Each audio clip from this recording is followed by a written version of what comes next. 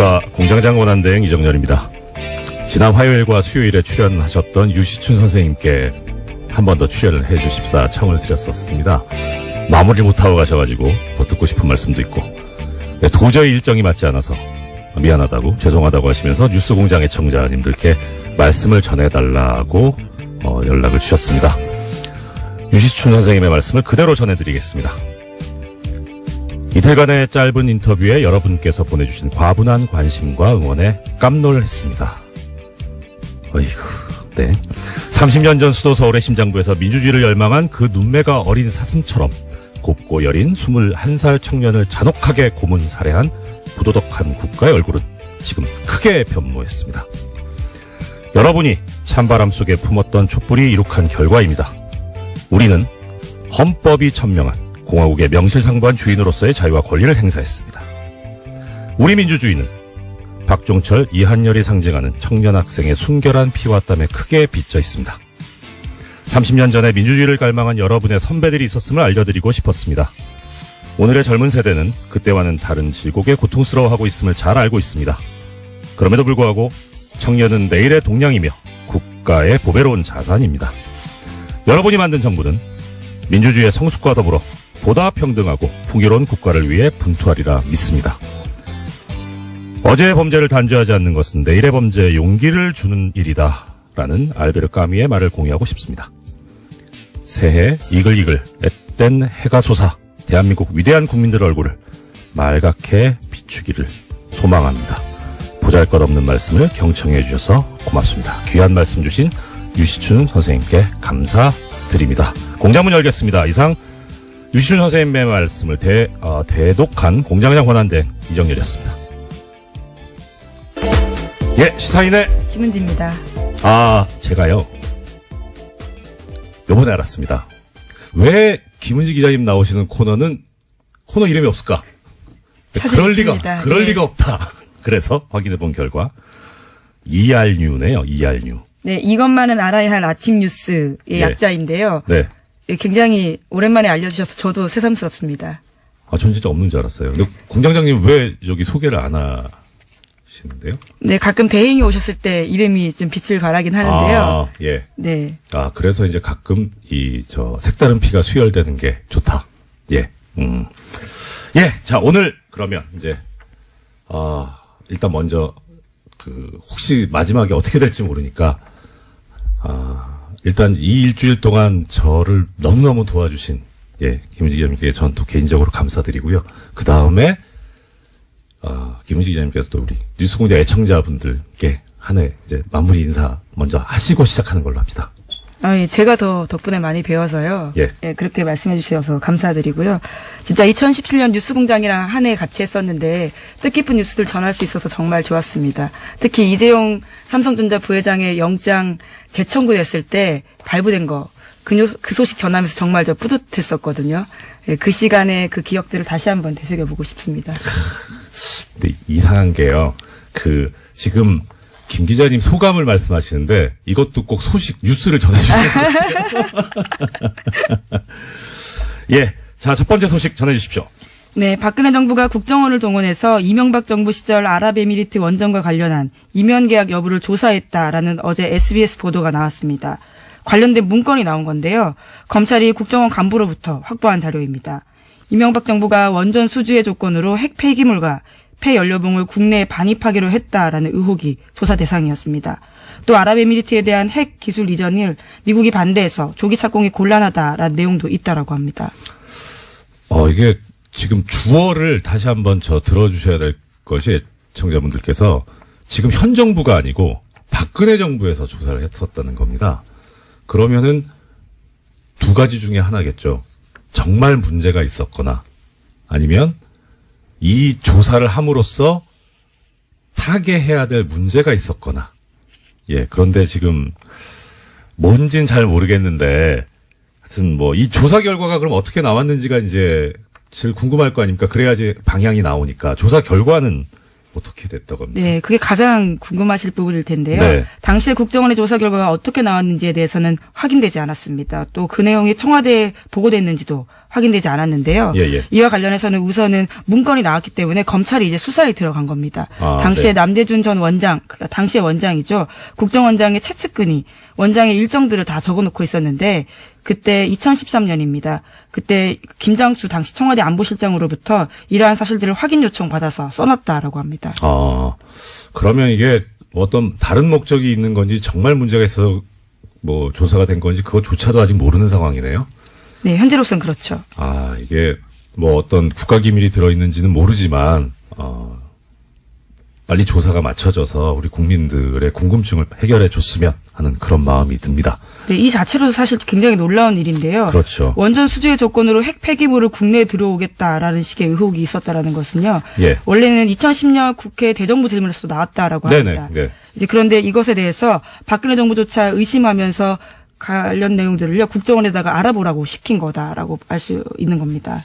예, 그렇죠. 그때 당시에 강봉균 당시 민주당 의원이 의혹을 제기를 했었고요. 예. 근데 이게 만약에 사실이라면 이거 뭐 황당한 거죠. 그러니까 돈을 벌어오는 대신에 쓰레기를 가져온다는 얘기 아닙니까? 그것도 다른 쓰레기도 아니고 이 국민의 이 건강에 엄청난 영향을 미칠 수 있는 핵 폐기물을 가져온다는 거니까 도대체 국민의 생명과 자유와 재산을 보호해야 될, 신체를 보호해야 될 국가가 오히려 나서서 국민들에게 해를 끼치는 행위를 해버린 것이니 이건 정말 심각한 문제가 아닐 수 없겠네요.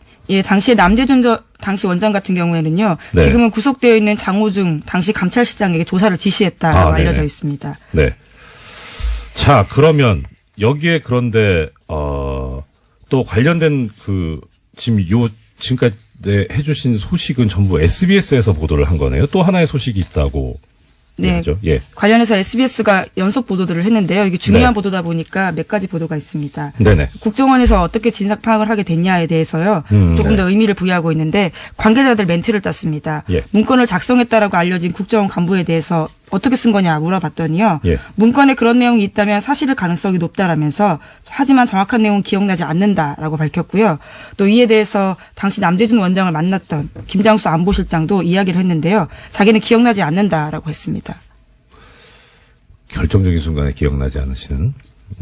근데 이 기억이 나냐 안 나냐 또 당시 어떤 일이 있었냐 이것까지 이제 검찰이 조사를 해야 되겠죠. 예. 흥미진진한. 네, 일입니다. 언론 보도에는 좀 한계가 있을 수밖에 없는 게요. 남대준 그렇죠. 원장 같은 경우에는 지금 구속되어 있는 상태입니다. 게다가 지금 이제 국정원 관련이니까 사실 또 정보의 접근이 그렇게 쉽지가 않은 상황이죠. 예, 그럼 지켜보겠습니다. 예, 그다음 소식 전해주십시오. 네, 국군기무사령부가 국방부 TF 압수수색 정보 미리 알고 있었고 관련 네. 수사에 협조하지 않았다라는 소식은요. 지난주에 전해드린 바가 있습니다. 관련한 뉴스가 또 나왔는데요. 오늘 아침 한겨레 신문 보도입니다. 군 기무사가 최근 2012년 댓글 작업과 관련해서 국방부 장관에게 거짓 보고했다라는 건데요. 이러한 사실을 확인한 검찰이 기무사에다가 관련 자료 요청했다라고 합니다. 그런데요. 아직까지도 압수수색이 4주째 진행 중이고요.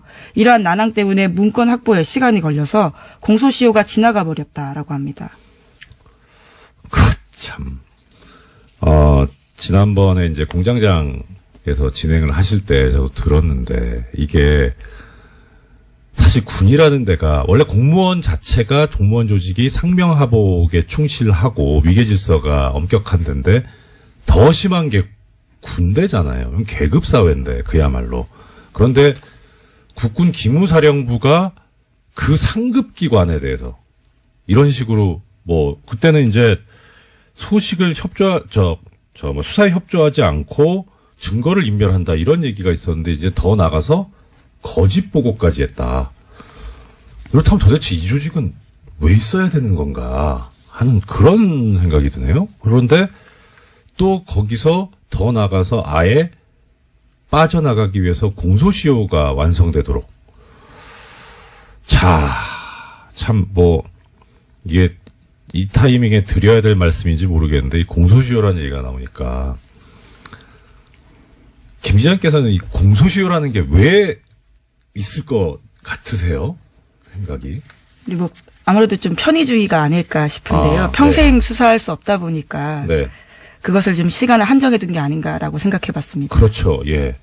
이게 사실 그런데 공소시효라는 게 지금은 좀 상황이 달라졌는데 이 공소시효라는 제도가 만들어질 때만 해도 그러니까 공소시효라는 거 뜻은 뭐 애청자 여러분들께서도 다 잘 아실 겁니다. 시간을 정해두고 이때까지 검사가 범인을 재판에 넘겨야 하고 그게 넘어가면 처벌을 할 수 없다는 거죠. 실질적으로 그런 시한을 정해놓은 건데 그럼 왜 이런 시한을 정해놨느냐. 첫째는 일단 시간이 지나면 증거가 소멸한다. 그러니까 어차피 시간이 엄청나게 지나서 잡아도 범인을 찾아도 증거가 없어서 처벌을 못할 가능성이 높지 않느냐. 그다음 두 번째는 이렇게 오랫동안 범인 입장에서도 발각되지 않기 위해서 숨어 살아야 되니까 그 자체로 고통이다. 이것도 일종의 형벌이다. 이런 논리가 두 개가 주축을 이루고 있거든요. 그 처음에 이제 공소시효 제도를 배웠을 때는 뭐 그럴 수도 있겠다 싶었는데 지금 생각해 보면 예를 들어서 지금 뭐 우리 증거 중에 제일 또 높게 치는 증거 중에 하나가 DNA잖아요. 이건 시간이 가도 안 변하잖아요. 증거가 소멸한다? 아닌데. 그리고 범인이 오랫동안 도피 생활을 해서 불편할 것 같다. 안 불편할 수도 있을 것 같은데. 근데 지금과 같은 상황이면 사실 버티면 이긴다라고 생각할 것 같습니다. 그렇죠. 오히려 시간을 네. 끌어버리는 그런 상황까지 네. 온 거죠. 그래서 중간에 어떤 일이 있었냐면 해외 도피를 해버리는 아예.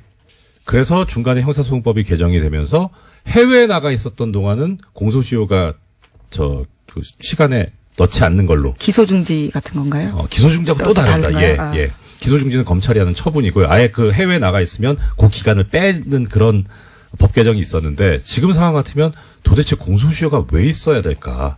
특히 이제 이런 상황처럼 아예 공소시효를 끝내버리려고 지나가게 하려고 이런 고의적인 시간 끌기. 예. 압수수색이 지금 4주째 진행 중이라는데 방해를 해가지고요. 네, 이미징을 아예 못하게 해서 일일이 키워드 검색을 여전히 하고 있다라고 합니다. 뭐 압수수색이 4일을 걸려도 말이 안 되거든요. 전격적으로 해야 되는 거기 때문에 어떻게 압수수색을 한 달을 하고 있습니까? 이런 작태를 하고 있는 이런 조직이 왜 있어야 하는지도 의문스럽고 또 이런 제도가 왜 있어야 하는지도 참 말이 안 나오네요. 예. 다음 소식 부탁드립니다. 예, 이번에도 공소시효와 관련된 내용이 있습니다. 네. 계속해서 이건희 삼성전자 회장의 차명재산 관련된 내용 알려드리고 있는데요. 네네. 2008년 삼성 비자금 특검에서 드러나지 않았던 이건희 삼성전자 회장의 수천억 원대 차명재산이 있다라고 알려드렸습니다. 이에 대한 수사가 실체 접근조차 하지 못한 채 사실상 마무리 수순에 들어갔다고 이 또한 한겨레 신문이 보도했습니다. 네네. 2011년 이 회장 쪽에 1천억 원대 자진 납세를 받은 국세청이요. 이를 수사기관에 통보하는 등 적극 수사 의뢰에 나서지 않았다라고 합니다. 그러다 보니까 공소시효가 이것도 지나가고 있다고 하는데요. 다만 한 가지 희망은 있습니다. 공소시효가 남은 2013년에서 2014년 차명계좌에서 발급된 수표가 있어서요. 이것을 어떻게 할지 수사당국의 의지를 봐야 된다라고 합니다. 예. 이것도 그렇게 시간이 많이 남지 않았네요. 자, 그럼 이제 제기되는 문제. 공소시효를 없애면 되지 않냐. 없애는 것까지는 그렇다 치고, 그 다음에 이제 어떻게 되는 거냐. 예, 지금 이것도 지금 공소시효가 문제인데, 그러면은, 공소시효를 없애서 옛날의 행위에까지 그것을 효력을 미칠 수 있을 것이냐 하는 문제가 이제 되겠죠. 뭐, 예를 들어서 지금 이제 이 공소시효 다 없앱시다 해가지고, 이 기무사에서 댓글 공작한 거, 이것도 이제 지금 처벌하기로 하고, 뭐, 차명재산 이것도 수사해서 처벌하기로 하자 하면, 문제는 소급법이 돼서, 이게, 우리 헌법상에서 얘기하고 있는 법률 불소급의 원칙에 어긋나니까 문제가 있을 수 있죠. 한 번 이제 이게 문제가 됐었던 적이 있어요. 저 예전에 전두환 노태우, 내란 사건에 관해서 특별법이 만들어지면서 그때 공소시효를 없애버렸죠. 그래서 당연히 그 전두환 노태우 이 피고인 쪽에서 이거 공소시효를 이렇게 적용하는 거는 법률 불소급의 원칙에 어긋난다, 위헌이다라고 하면서 주장을 했었는데 거기에 대해서 헌법재판소가 얘기하기를 예외가 있을 수 있다, 모든 법에. 그런데 이런 중대한 일에 예외를 두지 않는다면 도대체 언제 예외를 둬야 하느냐 하면서 합헌이다라는 결정을 한 바가 있습니다. 이것도 비슷하게 봐야 되지 않을까. 지금 정치적, 경제적으로 나라의 근간을 흔드는 이런 범죄들인데 이것도 한번 고려해 볼, 공소시효를 소급해서 적용해 볼 만한 그런 사안이 아닐까 하는 생각을 해봤습니다. 네, 또 살인 사건이나 이런 네. 사건이 벌어졌을 때는요. 그놈 목소리 영화가 기억이 그렇죠. 나는데 네. 공소시효 문제 계속해서 나왔던 것 같습니다. 네, 그렇습니다. 예, 다음 소식은요. 네, 이 또한요. 공소시효 관련된 내용입니다. 오늘 계속해서 키워드가 공소시효입니까? 네, 오늘 아침에 그런 보도들이 꽤 많았는데요. 아, 그렇군요. 이번에는 경향신문 보도입니다. 네. 검찰이 고대영 KBS 사장의 국정원 돈 200만 원 수수 혐의를 공소시효 만료 등의 이유로 형사처벌하지 못할 것으로 보인다라는 건데요. 이명박 박근혜 정부 당시 숨겨진 비위와 부정부패에 대해서 검찰 수사가 공소시효라는 장애물을 만났다라는 지적이 나오고 있다고 합니다. 그거 참. 공소시효가 또 하나 말씀드리자면, 공소시효는 시효고, 우리가 진실을 밝혀야 되니까, 수사는 해놓고, 그래서 진실을 알면 되지 않느냐, 그 목적으로. 그런데, 사실 이 수사라고 하는 게, 최종적으로 가는 목적지가 어디냐면, 재판에 넘겨서 처벌을 하자는 그런 거라서, 공소시효가 완성돼 버렸다면, 끝나버렸다면은, 처벌 자체가 안 되는데, 이걸 수사를 한다면 목적 달성이 안 되는 행위를 하는 거기 때문에 이렇게 하는 거 어떻게 보면 또 예산 낭비가 될 수도 있고, 그다음에 수사를 받는 쪽에서는 인권 침해 소지가 있죠. 그래서 문제인데, 그런데 이 검찰에서 옛날에 한번 공소시효가 완성됐는데 수사를 했던 적이 있습니다. 혹시 기자님 기억하십니까? 어떤 사건인가요? 노건평 씨 사건에서 공소시효가 완성됐는데 수사를 했어요. 노무현 전 대통령의 형이시죠. 그리고 쭉 수사 결과까지 발표하고 결론이 그거였습니다. 공소시효가 완성돼서 기소하지 않기로 했다고. 그래서 좀 뭐 하는 거냐. 그러니까 그 당시에 검찰이 이런 수사권을 정치적으로 이용을 해가지고 그렇게 흠집을 내기 위해서 처벌 자체가 안 되는 거를 수사까지 하는 그런 권한 남용까지 했는데, 그때 보면서 참 이렇게까지 하는구나 싶었죠. 근데 이것도 한번 고민해봐야 될 문제입니다. 그거 관련해서 그때 그 생각이 났습니다. 윤석열 지검장이 했던 유명한 말이 있습니다. 수사권을 가지고 검사가 그렇게 하면 그게 검사냐 깡패지. 네. 다음 소식이요. 네, 2년 전에 역사교과서 국정화를 결정하면서 교육부가 여론조사 실시했다라는 소식 전해드린 바가 있는데요. 그때 여론조사 정황 발견됐었습니다. 그러면서 교육부가 수사 의뢰한 바가 있는데 또 관련해서 또 다른 내용들이 나왔습니다. 어제 MBC가 보도한 내용인데요. 네. 국정화 여론조사 한 번 더 있었는데 이와 관련해서도 오타까지 뺏기면서 조작했다라는 겁니다. 예, 우리가 많이 쓰는 복붙. 컨트롤 C, 컨트롤 V. 일종의 댓글 부대가 여기서도 운영됐다라고 볼 수 있는 거죠. 그렇죠. 이거는 다른 차원에서 문제인데, 그래도 우리가 생각하고 있는 이 국정교과서가 박근혜 전 대통령이 아버지인 박정희 전 대통령한테 헌정하겠다는 마음으로 만든 거잖아요. 효심에서 한 거면 좀 잘 좀 하지. 오타는 좀 너무하지 않습니까? 아무리 이게 잘못된 거지만 그래도 그쪽 입장에선 나름 사명감을 가지고 한 걸 텐데, 오히려 역으로 이런 오타까지 베낀 걸 보면 실제 이 실무진에서는 이걸 하고 싶지 않았던 게 아닐까 하는 생각이 들고요. 이것도 좀 다른 얘기인데, 관련해서 지금은요, 판결문에 판사들이 전자서명을 하거든요. 미리 이제 서명하고 날인을 다 그 메모리에 넣어가지고 그대로 그냥 클릭만 하면 서명 날인 되게 돼 있는데, 옛날에는 종이에다가 서명 날인을 했어요. 이름을 쓰고 도장을 찍었는데, 가끔 가다 보면 도장이 뒤집혀 찍혀 있는 경우가 있어요. 뒤집어진다는 게 위아래가. 예, 위아래가요. 그러니까 12시하고 12시 방향하고 6시 방향이 뒤집혀 있는 거죠. 이게 무슨 소리냐면, 이제 합의부에서 부장판사하고 배석판사님 둘이 셋이서 합의를 하는데, 그 합의 결과 마음에 안 드는 거예요. 이 판사는. 그래서 어차피 이게 합의 결과 2대1로 졌기 때문에 이 판결은 나가고 자기는 거기에 서명 날인을 할 수밖에 없지만, 난 이 판결에 동의 못하겠다. 내심을 드러내시는 건가요? 도장을 거꾸로 찍는 거예요. 그러신 적이 있으신 건가요? 전 한 번 했어요. 한 번. 근데 이게 판사들 사이에서 용인이 돼 있어요. 그러니까 그 정도는 이게 표현을 하자. 예. 그래서 항소심에서 보면 이제 아는 거죠. 이거 논쟁이 심하게 붙었구나. 2대1이었다. 예. 이렇게. 그러니까 이제 항소심에 또 신경을 쓰게 되고. 그러니까 그런 차원에서 일부러 오타를 냈을까? 근데 오타뿐만이 모르겠습니다. 아니라요. 네. 어떤 작성자는 자기가 중3 학생이라고 하면서 찬성 의견을 썼는데요. 바로 1분 뒤에는 다른 의견 올리면서 내 아이를 맡기기에 안심이 된다라면서 학부모를 참칭했다라고 합니다. 중3이 아이가 있을 수 있지 않을까요? 네. 1분 사이에 다시 학부모가 되는 놀라운 기적이 생겼다라고 하는데요. 예.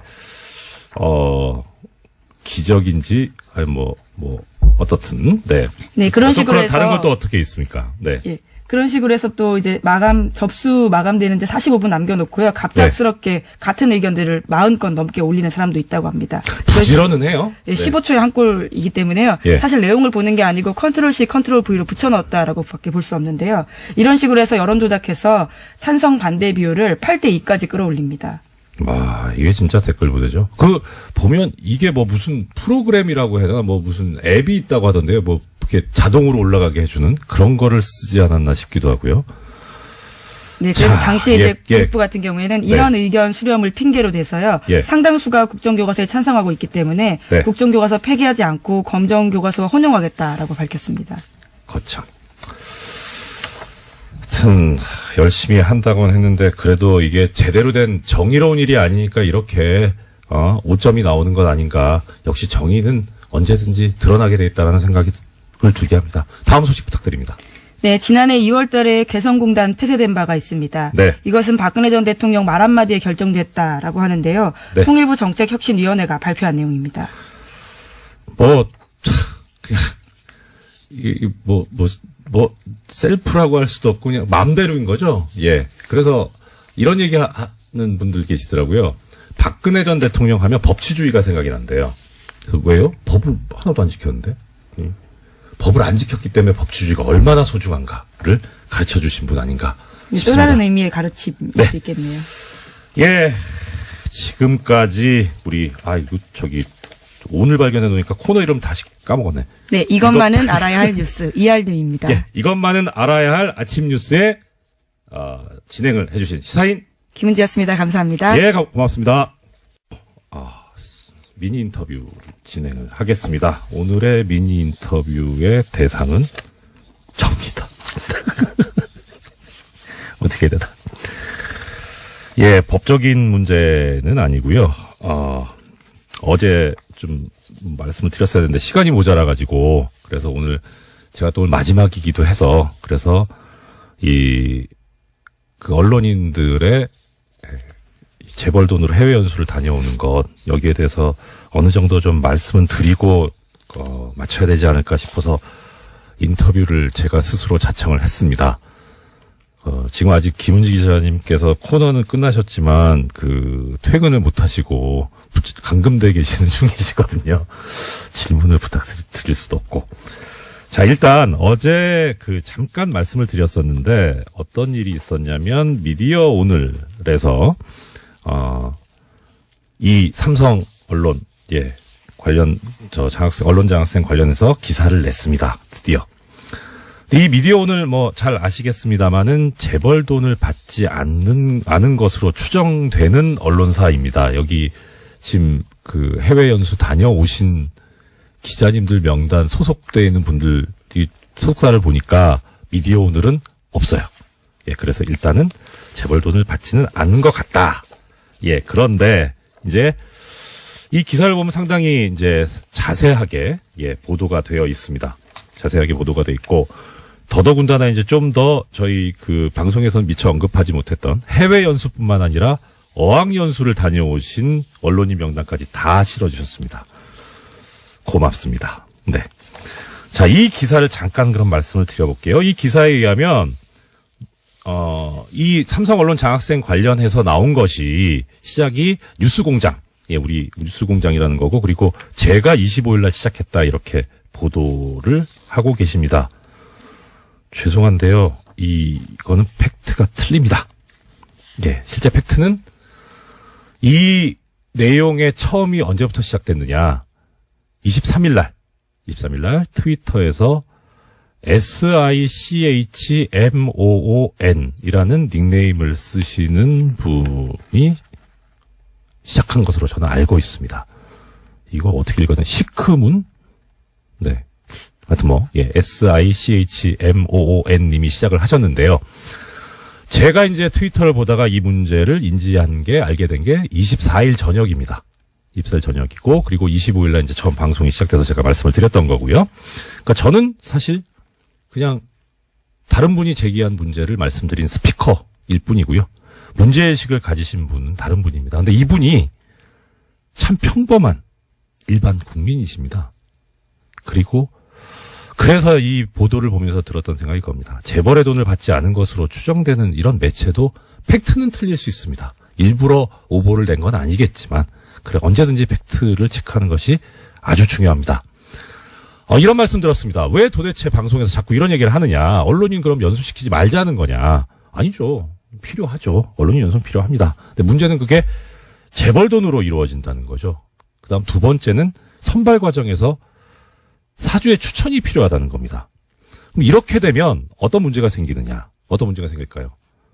사주는 언론사의 수익을 극대화해야 할 의무, 책임이 있죠. 그러니 제가 사주라면 어떻겠습니까?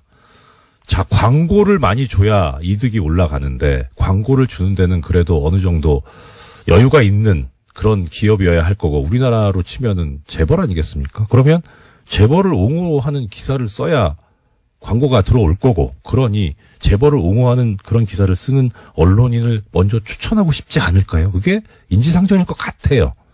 그러니까 역으로 해외 연수를 가고 싶으신 기자님들께서는 내가 저걸 가려면 재벌을 옹호하는 기사를 써줘야 되겠구나라는 생각이 들 수도 있고요.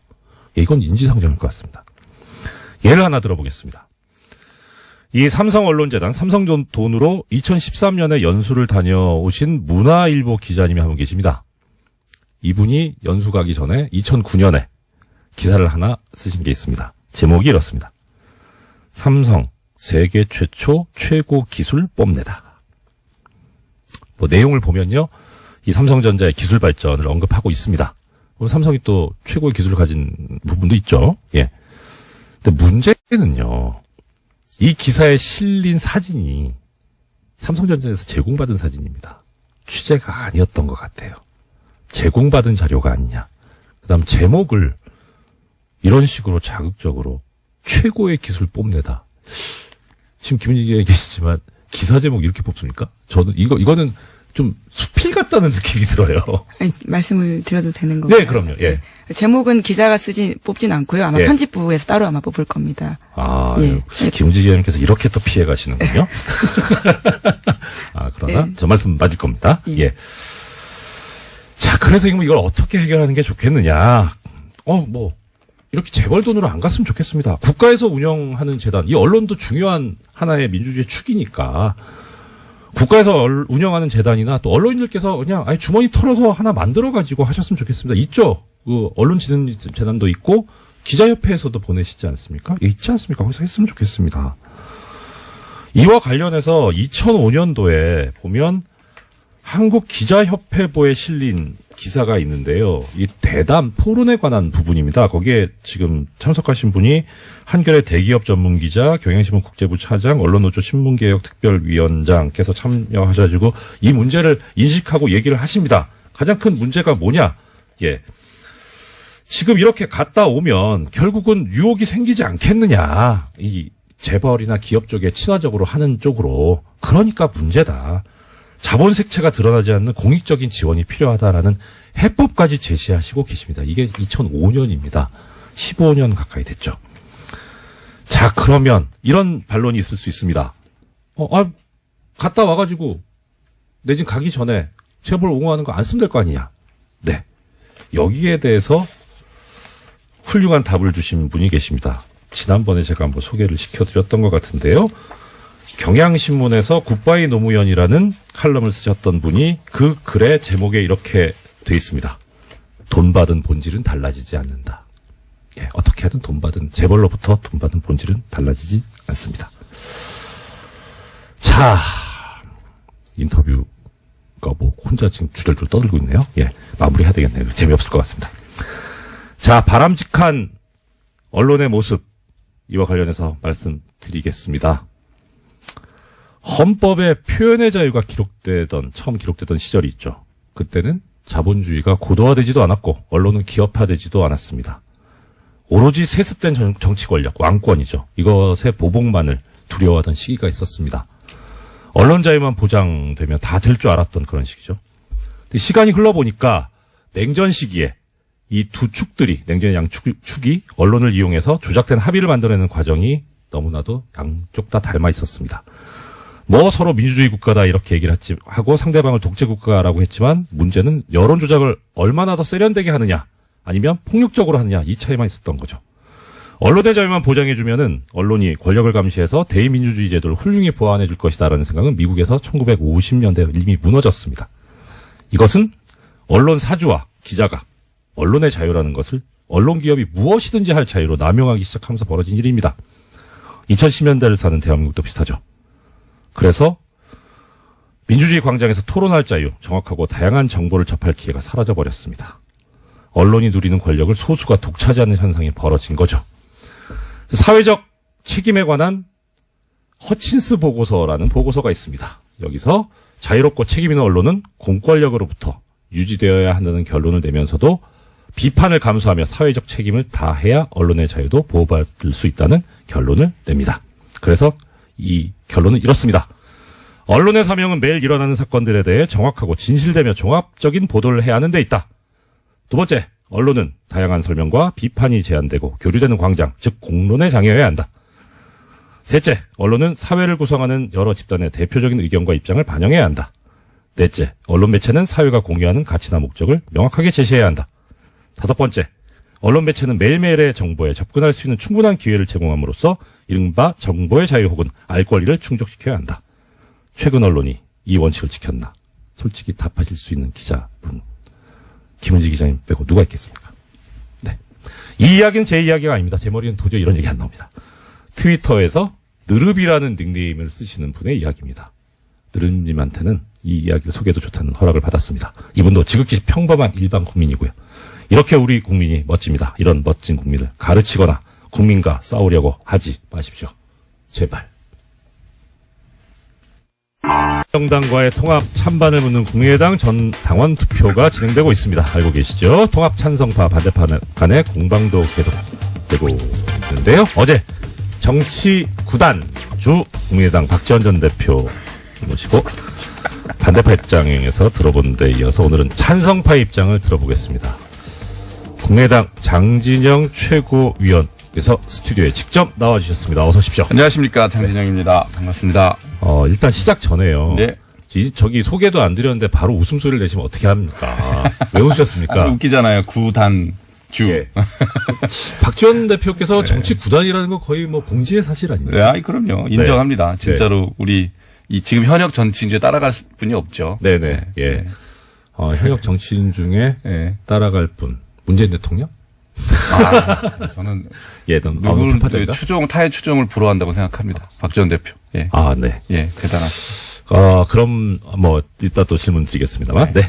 자, 일단은 어제까지 지금 이제 이틀째 전 당원 투표가 진행이 됐습니다. 어제 이제 박지원 전 대표께서 나오셨을 때는 네. 첫날 투표율이 높았다. 네. 두 번째는 지금 열성 당원들이 빨리 열성 지지자들이 먼저 투표를 했을 거기 때문에 높았지만 이튿날 때부터 확 떨어질 것이다라는 그런 예언을 하고 가셨는데 실제 보니까 첫날 14% 그래서 예상보다 좀 높다 싶었는데 이제 어제까지 누적 투표율이죠 17%. 네.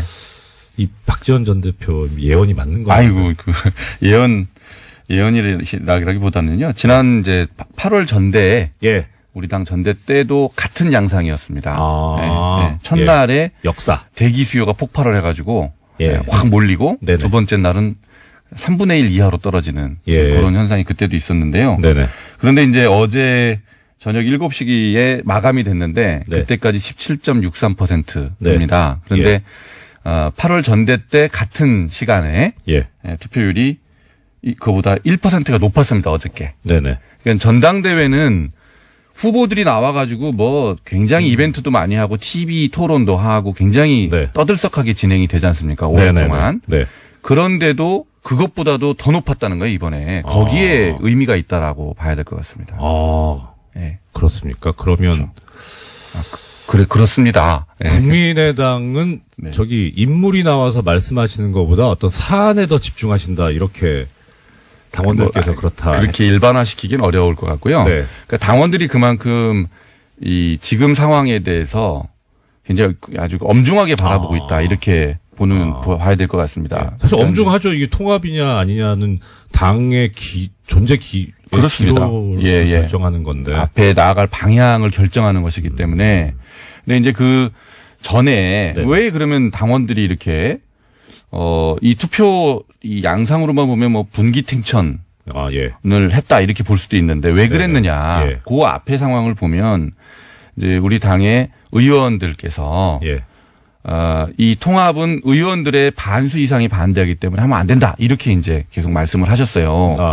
또 이제 그 근거로는 호남의 민심이 이걸 반대한다. 우리 당은 지역적 기반이 호남이기 때문에 호남 민심이 반대하는 것은 하면 안 된다. 이제 이런 논리를 펴졌거든요.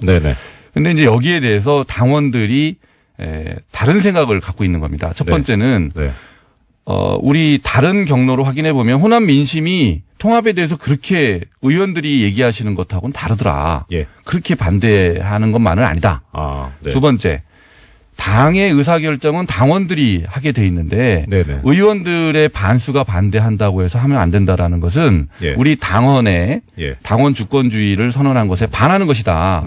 이런 당원들이 그렇게 이제 반발을 하고 있었습니다. 그것이 이제 전당원 투표가 시작되니까 이런 양태로 나타났다. 이렇게 보고 있습니다. 그러면 일단 요거 한번 가보고 말씀드릴게요. 어제 이제 박지원 전 대표께서 나오셔가지고 말씀을 하셨고 들려주셨던 건데 아까 이제 TV 토론 말씀하셨습니다만 지난 전당대회 당시 안철수 대표께서 이제 그 얘기하셨던 거를 어제 직접 부탁드리지도 않았는데 본인의 휴대전화를 꺼내서 들려주셨거든요. 한번 어제 들어보셨습니까? 다시 한번 들어보고 가겠습니다. 요새 뭐 많이 돌아다닙니다. 그게 안 돼요? 정말 공장장님 안 계시니까 이런 식으로 대국을 대하나? 그러네요. 어제 문제가 있네요. 내용은 이렇습니다. 정동영 의원 쪽에서 바른정당과 합당을 추진하느냐고 물으니까 하지 않겠다. 그리고 천정배 의원 쪽에서 바른정당과 통합이나 선거연대 하느냐 하니까 생각하지 않는다. 라고 이제 이게 좀 말씀이 달라진 게 아니냐. 이게 이제 최근에 뭐 이런 동영상도 만들어서 반대 쪽에서 이제 유포를 하고 그러고 있는데요. 이게 첫 번째 끝장 토론 때 정동영 의원님께서 의원총회에서 말씀하신 내용이에요. 그 안 대표가 앞에 있는데 이제 이 내용을 가지고 공격을 하셨어요. 근데 그리고 그때 안 대표의 답변이 있었습니다. 근데 이제 그때 뭐라 그랬냐면 8월 전대 당시의 바른정당과 지금의 바른정당이 같으냐. 그때 바른정당은 20명짜리 정당이었는데 그때 구성원들하고 지금 구성원이 다르죠. 9명이 자유한국당으로 돌아갔지 않습니까? 그중에 이제 김무 대의원이 계시죠. 그죠? 그분을 비롯한 9분이 돌아간 바른정당하고 계신 바른정당은 말씀이 죄송한데요. 복귀했다가 좋은 용을 돌아갔다 하면 왠지 이렇게 좀 복귀가 돌아갔다는 말 아닌가요? 저렇게 그렇죠. 사망의 그러네요. 높임말 같아서. 자유한국당으로 다시 들어가셨는데 돌아가게 하시고 싶은가요? 그런 거 아니죠. 바른정당이 그래서 다르다는 거예요. 같은 당이 아니다. 근데 이제 그거는 저도 전적으로 동감하는데 만약에 지금 20명짜리 바른정당이었으면 제가 앞장서서 저는 반대했을 것 같아요. 저라도. 그러니까 그때 바른정당은 별로 바르게 보이지 않는 정당으로 저는 봤거든요. 근데 지금은 되게 순도가 높아졌다 그런 표현을 그때 하셨는데 저도 동의하는 부분입니다. 그래서 8월 전당대회 때의 그 상황과 지금이 다른데 같은 잣대를 들이대는 것은 저는 합리적이지 않다. 사정명령이 생겼다. 우리 쪽 용어로. 그렇습니다. 역시. 알겠습니다. 자, 그러면 역으로 바른정당 입장에서 보면 이제 순도가 높아졌다라는 말씀을 하셨잖아요. 그럼 바른정당 입장에서 보면 국민의당의 순도가 높아지면 더 통합의 가능성이 높을 수도 있을지 모르겠는데 지금 이제 통합 반대파 결국 이제 이 통합 쪽으로 쭉 결론이 간다면 통합 반대파를 안고 가실 생각이신지 그렇다면 그런 방법이나 계획은 뭔지 아니면 버린다고 하면 아니. 결별은 모르겠고요. 그거는요. 명확합니다.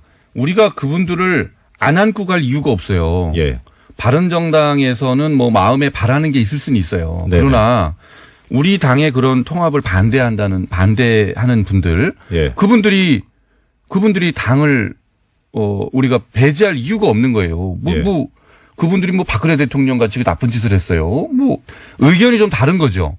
또 민주화의 가장 앞장선 분들이고 네. 또 우리 당의 강령이 이렇게 되어 있습니다. 합리적인 진보, 그다음에 개혁적인 보수, 양날개로 사회 통합을 해라. 이게 우리 당의 강령의 명령입니다. 강령이에요. 네네. 그런데 그분들은 합리적 진보의 한 축을 담당하실 수 있는 굉장히 중요한 자원이죠. 예. 그분들을 반드시 안고 가야 되는 것이고요. 예. 거꾸로 저는 그런 좋은 자원들이 우리 당에 있기 때문에 개혁적 보수라고 하는 유승민 예. 대표를 비롯한 바른정당이 들어오더라도 네. 균형추가 무너지지 않는다. 그분들이 계셔야 됩니다. 그래서 오히려. 예. 예. 그리고 예. 그분들의 오랜 경험과 식견 이런 것들이 있으면 사람들이 많이 의심을 하잖아요. 유승민 대표가 결국은 자유한국당이랑 2단계 통합을 할 것이다. 이렇게 의심을 하잖아요. 네. 그런 의심이 우리 당의 중진 의원분들이 계심으로 인해서 네. 견제가 될 수 있다. 아. 충분히 견제가 가능하다. 네. 저는 그렇게 봅니다. 어제 박지원 대표께서는 안철수 대표님한테 새 정치로 다시 돌아오라 이런 말씀을 하셨거든요. 네. 그 말씀에 대해서 어떻게 해요? 저는 제가 보기에는 이게 새 정치인 것 같은데 이 방향이. 네, 새 정치의 가장 핵심은 네. 다당제의 정착이잖아요. 다단계라고 그러려고 그러네. 다당제의 정착인데 지금 불리한 짓으로 거부하실 수 있습니다. 그런데 지금 이 상황은 예. 그대로 가면 다당제가 지금 굉장히 불안정한 다당제지 않습니까? 네. 바른정당이 만약에 자유한국당으로 쏠려 들어가 버리면 예. 일당이 되죠. 자유한국당이. 일당이 되겠죠. 예. 그러면 민주당이 다시 일당의 지위를 회복하기 위해서 우리 당을 굉장히 이렇게 흔들 가능성이 이제 높은 거죠. 우리가 경험칙으로만 보면. 그건 아니에요? 네. 저는 그렇게 봅니다. 그래서 예. 왜 이렇게 부인하시는 거? 민주당 입장이세요? 아니요. 그건 국민의 입장이죠. 네, 근데 민주당 입장에서 네. 다시 일당의 지위를 회복하는 게 굉장히 중요하잖아요. 국회의장, 그다음에 국회 상임위, 네. 뭐 이런 운영에 관한 주도권을 확보할 수 있다는 그런 점에서 그렇기 때문에 우리 당이 굉장히 불안해질 수가 있다. 그런 점에서 그 생각에서 그러실 수 있겠네요. 예, 네. 그렇기 때문에 바른정당과 순도가 네. 높아진 바른정당과 힘을 합쳐서 예. 이 다당제의 기반을 굳건히 하는 것. 예. 저는 이게 새 정치의 요체라고 봅니다. 그러면은요, 이런 반론이 있을 수 있을 것 같아요. 지금, 예. 의원님 말씀대로 했을 때, 네. 그러니까 새 정치의 요체는 다당제인데, 네. 그런데 안철수 대표님 말씀은 뭐냐면, 바른정당과 합당을 해서 우리가 제1야당으로 올라갈 수 있다. 지지율이 올라가서. 네. 예. 그런데 그 와중에 지금 엊그제 나온 바른정당 쪽의 통합 찬성파인 하태경 의원은 뭐라고 하셨냐면 네. 본인의 목표는 자유한국당 소멸이고 홍준표 대표가 물러나게 하는 거다. 네. 정치에서 이제 네. 손을 못되게 그렇죠. 손을 못하게 하는 거다라고 네. 하셨거든요. 네네. 그러면 자유한국당이 소멸돼 버리면 이 다당제라고 하는 네. 애초에 처음에 새 정치의 그림은 엉망이지 않나요? 예. 예. 그런 또 비판이 논리적으로 가능할 수 있어요. 예. 근데 우리가 생각하는 바람직한 다당제는 네. 자유한국당이 없어도 가능하다고 봅니다. 다른 정당이 출연해야 되죠. 네. 더 바람직한 정당. 예. 예.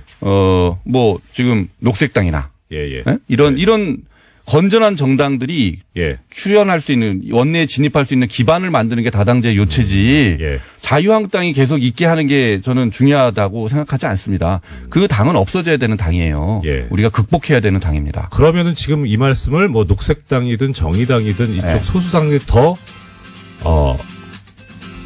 네. 진출할 수 있는 선거구제 개혁까지 그것도 여쭤봐야 되는 시간이 다 됐네요. 네? 죄송합니다. 뭐 얘기도 못했는데 그렇게 예, 벌써 지금까지 끝나요? 예, 네. 고맙습니다. 시작하겠습니다. 시작하기 전에 2부에서 국민의당의 장진영 최고위원 모시고 말씀 들었는데 제가 시작하기 전에 방송 들어가기 전에 오늘 하시고 싶은 말씀 다 하시라고 말씀드렸었는데 제 시간 배분에 실패해서 너무 아마추어라 그래서 예, 하실 말씀 다 못 하셨다고 네. 긴급 네. 민원을 제기하셔서 제가 버텼습니다. 예, 바로 약간 시간을 편성을 했습니다. 우리 뉴스공장이 이렇게 민주적입니다. 예, 공장장님이 어떻게 하셨는지 저는 잘 모르겠고요. 공장장도 그랬습니다. 예, 네, 제가 궁금한 거는 거의 다 여쭤본 것 같고요. 오히려 이제는 의원님께서 오늘 내가 이 자리에 나오면 꼭 이야기는 해야 되겠다라고 생각하셨던 부분, 그 말씀을 좀 말씀 주시면 좋겠습니다. 예, 발음을 정확하게 해주십시오. 의원이 아니고요. 위원입니다. 위원. 제가 말이 씨가 되라고 그렇게 해드리는 건데. 감사합니다. 실망입니다. 그만 좀 괴롭히십시오. 아니, 다른 의원들께서 항의를 하실 수 있어서. 관심 없습니다, 저는. 네. 예. 근데 방해. 네. 그래서 질문이 뭐죠? 하시고 싶은 말, 내가 오늘 여기 나오면 이 얘기 꼭 해야 되겠다. 네. 전 질문하면 이제 답을 충실히 하려고 나왔고요. 네. 예, 일단은, 저희가 지금 이 전당원 투표를 사실은 제가 제안을 한 거예요.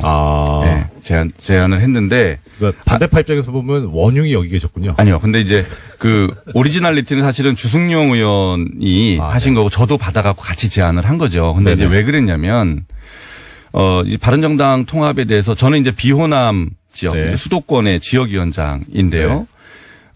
제 기준으로 이렇게 우리 지역의 여론을 들어보면 바른정당이랑 같이 했으면 좋겠다라는 의견이 압도적입니다. 우리 지역에 호남 출신 출향민들이 많이 계신데 그분들도 그래요. 네네. 그런데 비호남 지역의 지역위원장들이 대체로가 아니 대다수가 그렇게 얘기를 합니다. 지역 정서가 그렇다. 네. 그런데 이제 호남 의원들께서 호남에서는 절대 그렇지 않다는 거예요. 지방 의원들이 탈당한다 그런다, 못 살겠다, 너무 압박이 심해서. 이렇게 말씀을 하십니다. 그래서, 근데 우리가 또 알기로는 호남 민심은 또 그닥 그렇지 않고, 그렇다 그러면, 진짜 우리 당원들의 의사가 뭔지 중요하죠. 한번 확인을 해보자. 당원의 의사가 중요하죠. 곧바로 전당대회를 가게 되면, 반대 측에서 전당대회를 실력으로 저지하겠다. 이렇게 이제 여러 차례 공언을 한 바 있습니다. 네. 그러면 우리가 몇십 년 전에 보던 전당대회에서의 그런, 몸싸움, 이런 것들, 지금 21세기에 그런 것들이 다시 재현되면 안 되지 않습니까? 예. 그래서, 당연하죠. 그러면 당원들의 의사가 뭔지 확인을 해 봅시다. 네. 그리고 그 결과에 따라서 만약에 우리 지도부가 잘못 판단한 거였으면 지도부는 옷을 벗겠다. 그리고 통합을 중단하겠다. 네. 그런데 당원들의 의사가 통합을 하라는 쪽으로 나오면 다른 반대 측 의원들도 수용을 하십시오. 네. 그리고 전당대회를 깔끔하게 치릅시다. 이거였습니다. 이게 뭐가 나쁩니까? 너무나 당연한 거 아니에요? 그래서 전당대회를 지금 전당원 투표를 하고 있는 것이고요. 예. 근데 굉장히 유감스러운 것은 반대 측에서 전당원 투표 결과를 벌써부터 인정하지 않겠다. 네. 이렇게 그리고 전당대회를 여전히 실력으로 저지하겠다. 예. 이런 말씀을 하고 계시는데 네. 이거는 당원 주권주의에 대단히 위배되는 당원을 무시하는 그런 입장이다.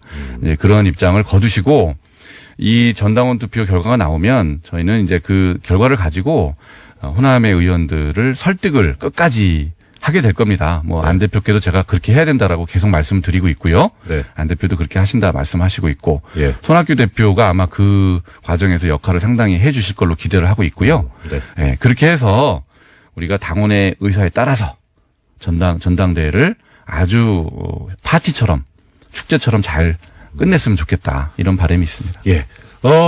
하시고 싶은 말씀 다 하시라고 말씀드렸는데 제가 하나 질문만 드릴게요. 지금 계속 문자로 이 질문이 올라오고 있어가지고요. 예. 장 의원님께서 유여의 자유한국당 최고위원하고 친하시다고. 예. 영입 의사가 있으신지. 질문이 계속 올라오는데. 우리 국민의당이에요? 예. 유여의 의원은 저하고 방송을. 네. 6개월 이상 1년 가까이 했어요. 예. 그래서 개인적으로는 잘 압니다. 예. 제가 하도 보다 못해서. 예. 전화해서 그렇게 제발 그러지 좀 말아라라고 제가 한번 충고를 한 적은 있었어요. 예. 근데 영입이사까지는 아니다. 근데 그렇게 해서는 안 되죠. 시간이 30초 남아서 청취자 여러분께 없습니다. 인사까지 하셔야 되니까 인사 말씀드리시죠. 네. 그런 의사 없습니다. 네, 좋습니다. 예. 네. 그리고 우리 국민의당 정말로 건강한 새정치 다당제 정착 반드시 해낼 겁니다. 지켜봐 주시고 응원해 주십시오. 예. 지금까지 국민의당 장진영 최고 위원이자 향후 의원 모시고 말씀 들어봤습니다. 오늘 말씀 고맙습니다. 네, 감사합니다. 네. 예. 안원구 전 대구지방국세청장님 나오셨습니다. 예, 안녕하십니까. 청장님 또 여기서 그러니까 더 반가워. 예. 자, 시간이 없어요. 빨리빨리 이제 진도 나가죠. 먼저 진모 청장님께서 주도하고 계신 플랜다스에게 진행 상황 먼저 좀 말씀해 주시죠. 예, 전번에 알려드렸듯이 네. 지금 150억이 다 지금 모여져 가지고 예. 이제 저희들이 살 수는 있는 상태입니다. 아, 예. 그런데 지금 저희들이 사고 있지 않는데 네. 지난번에 145억으로 저희들이 살 수가 있는데 예. 그걸 사게 되면 지금 평가가 진행 중인데 새로운 평가가 이제 낮게 나올 수도 있거든요. 그래서 네. 우리 모금한 이 개의 그 계금도 네. 이걸 국민들의 돈이지 않습니까? 예. 그래서 최대한 아껴서 효율적으로 저희들이 사야 되기 때문에 그걸 지금 평가가 낮게 나올 거를 대비해서 지금 기다리고 있는 중입니다. 아, 이 정의로운 일을 하시면서도 거기서 또 이제 국민들의 돈을 위임받아 사용하는 거기 때문에 국민들의 또 그렇습니다. 생각까지 예. 생각을 하고 계시고. 자, 그러면 지금 국민재산 되찾기 운동본부에서 공지사항이 있다고 들었습니다. 예, 지금 저희들이 이제 쭉 하고 있는 중에 전번에 말한 차용증하고 예. 또 회원증을 또 그 디자인을 좀 해달라는 분들이 계세가지고 예. 그걸 지금 콘테스트 비슷하게 예. 이걸 모아가지고 여러분들한테 알려드리고 예. 그 중에서 선택을 할 수 있도록 지금 그렇게 지금 진행 중이고 있습니다. 예. 아, 지금 그것도 중요하죠. 예. 그러면은 기한은 언제까지 지금 있습니까? 저희들이 그 콘테스트를 하는 기한은 네. 1월 21일까지 일단 예. 저희들이 응모를 받고요. 예. 그 나온 결과를 가지고 저희들이 콘테스트를 예. 하려고 합니다. 그럼 이거는 이제 소위 말하는 자봉이시고요. 예. 지금 자봉은 또 사업 지원팀하고 예. 총무팀의 그 각 한 명 정도를 저희들이 채용을 하려고 합니다. 아예 직원, 정식 직원으로요. 지금 전부 자원봉사로만 가면 예. 안정이 안 되니까 그것도 지금 준비 중인데 좀 홈페이지를 참고하시면은 네네. 들어와서 볼 수가 있겠습니다. 예. 우리 플랜다스에게 대해서 지속적으로 관심 가져주시고 참여해주신 또 그뿐만 아니라 또 참여 예정이신 애청자 여러분들께서는 이 홈페이지에 공지사항 게시글을 확인을 꼭 해주셨으면 하는 그런 마음입니다. 자, 오늘의 이제 본론으로 들어보겠습니다. 자, 지금 다스 실소유주에 대한 국민적 관심이 점점 더 고조되고 있고 또 답을 다 알고 계시는 분들 많은데 일단은 차근차근 이제 청장님 설명을 들어야 될 것 같습니다. 통상적으로 주식회사의 실소유주가 누구냐? 이거 어떻게 규명을 합니까? 또 실소유주라고 하면은 실질적으로 이제 경영권을 행사할 수 있는 분이지 않습니까? 네네. 그래서 인사라든지 재무회계, 뭐 자금을 누가 어떻게 실질적으로 관리하느냐의 부분하고, 그다음에 주식을 가지고 있는 그 주주로서 배당이라든지 그 주주권을 행사할 수 있는 그런 분들인데, 그게 실질적으로 누구냐? 명의상의 그렇죠. 주주가 아니라 장부상 말고 그렇습니다. 실권 가진 사람은 누구냐? 그렇죠. 그렇게 봐야 되죠. 자, 그러면 뭐 단도직입적으로 이 지금 말씀하시니까 지금 인사권, 그다음 돈줄, 그다음에 실제 나중에 거기서 배당금 받아가는 사람, 최종 이익 귀속자 가져가는 사람, 이 관련해서 인사와 재무회계는 이명박 전 대통령 아들인 이시영 씨가 실질적으로 맡고 있는 거 아닙니까? 그렇습니다. 그렇죠. 예. 그 내용은 어떻습니까? 지금 이상은 씨의 아들 이동영 씨가 다스에 들어갈 과정부터 MB의 허락을 받고 들어갔다는 말이 있지 않습니까? 2008년도에 다스 비자금 사건을 해결하고 MB의 허락을 얻어서 입사하게 됐다. 그런 이야기가 있고 또 다스 주식이 하나도 없는 이명박 씨 아들이 지금 거기에 CFO로서 자금과 회계를 총괄하는 CFO로서 지금 역할을 하고 있고 해외에 있는 그 법인들의 법정 대표가 돼 있거든요. 그런 걸로 그렇죠. 보면 사실상 인사와 재무 회계를 하나도 없는 분의 의사에 따라서 모든 것이 움직이고 있다는 그런 정황들이 있는 거죠. 그렇죠. 보통 그러니까 원래는 요새 나오는 말이 소유와 경영의 분리라 그래서 전문 경영인이 와서 그러니까 이제 주식은 없어도 전문가니까 경영에. 전문 경영이면 또 모르겠는데. 그렇습니다. 그러니까 이런 의심을 아주 강하게 사고 있는 거죠. 자, 그런데 지금 이제 검찰은 지금 이제 수사를 하고 있습니다. 수사를 시작했는데 검찰은 검찰이고 거기는 이제 처벌을 목적으로 하는 데고 또 그다음에 그 외에 여러 가지 이제 뭐 경제적인 부분도 있을 수 있고요. 그다음 이런 정말 회사 내부를 들여다보고 자금 흐름을 움직이는 걸 보고 하면은 이와 관련해서는 공정거래위원회하고 금융감독원 여기서도 나서줘야 되지 않나요?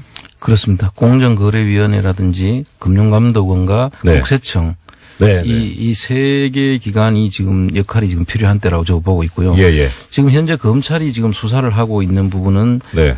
120억의 그 비자금 부분이지 않습니까? 예. 그거 하고 그다음에 140억 원이 스위스 은행에서 네. 넘어오는 과정에서 직권 남용을 통해 가지고 그 다스로 들어가게 됐다라는 부분을 지금 집중 조사를 하고 있는데요. 네네. 그 부분에 있어서도 이제 국세청의 그 세무조사가 필요하고 그렇죠. 그리고 또 그 중간에 하나는 그 김재정 씨가 죽으면서 예. 상속세를 내는 과정이 있습니다. 예, 당연히 내야죠. 그런데 네. 상속세를 신고는 했는데 네. 그 지금 상속세 서류를 저희들이 살펴보니까 그 상속세 신고 과정에서 상당히 석연찮은 부분들이 많이 나타나고 있습니다. 어떤 부분입니까?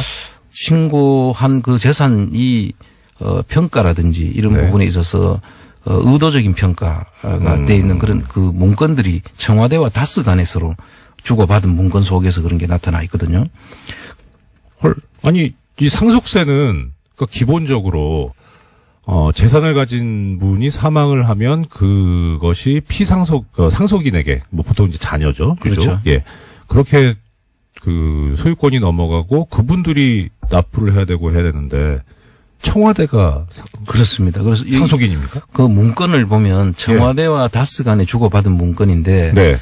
전번에도 뉴스공장에서 한번 이야기가 있었지만 네. 그 문건은 원래 상속세는 유족들 그러니까 그렇죠. 그 가족 배우자와 자녀들이 이제 주가 돼서 신고를 어떻게 할 것이냐를 결정하게 되는데 네. 그분들의 의사는 전혀 배제된 것 같은 그런 청와대와 다스 간에 이렇게 하면은 어떻게 했느냐 하는 이야기들이 적힌 문건인데 그 부분에 대해서 국세청이 그대로 신고를 받아준 것 같아요. 아, 네. 그러면 이제 사실은 상속세는 신고를 하고 나면은 정부 조사 결정 방식의 세목이기 때문에 정부가 조사를 해서 결정을 해줘야 되는데 여기에 대해서 하는 과정에서 상당히 조금 석연찮은 구석이 있어 보이고요. 지금 말씀 죄송한데 저 총장님께서 말씀하신 조사 결정 방식이라는 게 이제 뭐냐면 우리가 세금을 내려면 그 전제로 결정돼야 되는 게 그럼 세금 액수가 얼마인지가 나오지 않습니까? 네. 나와야 되지 않습니까? 네.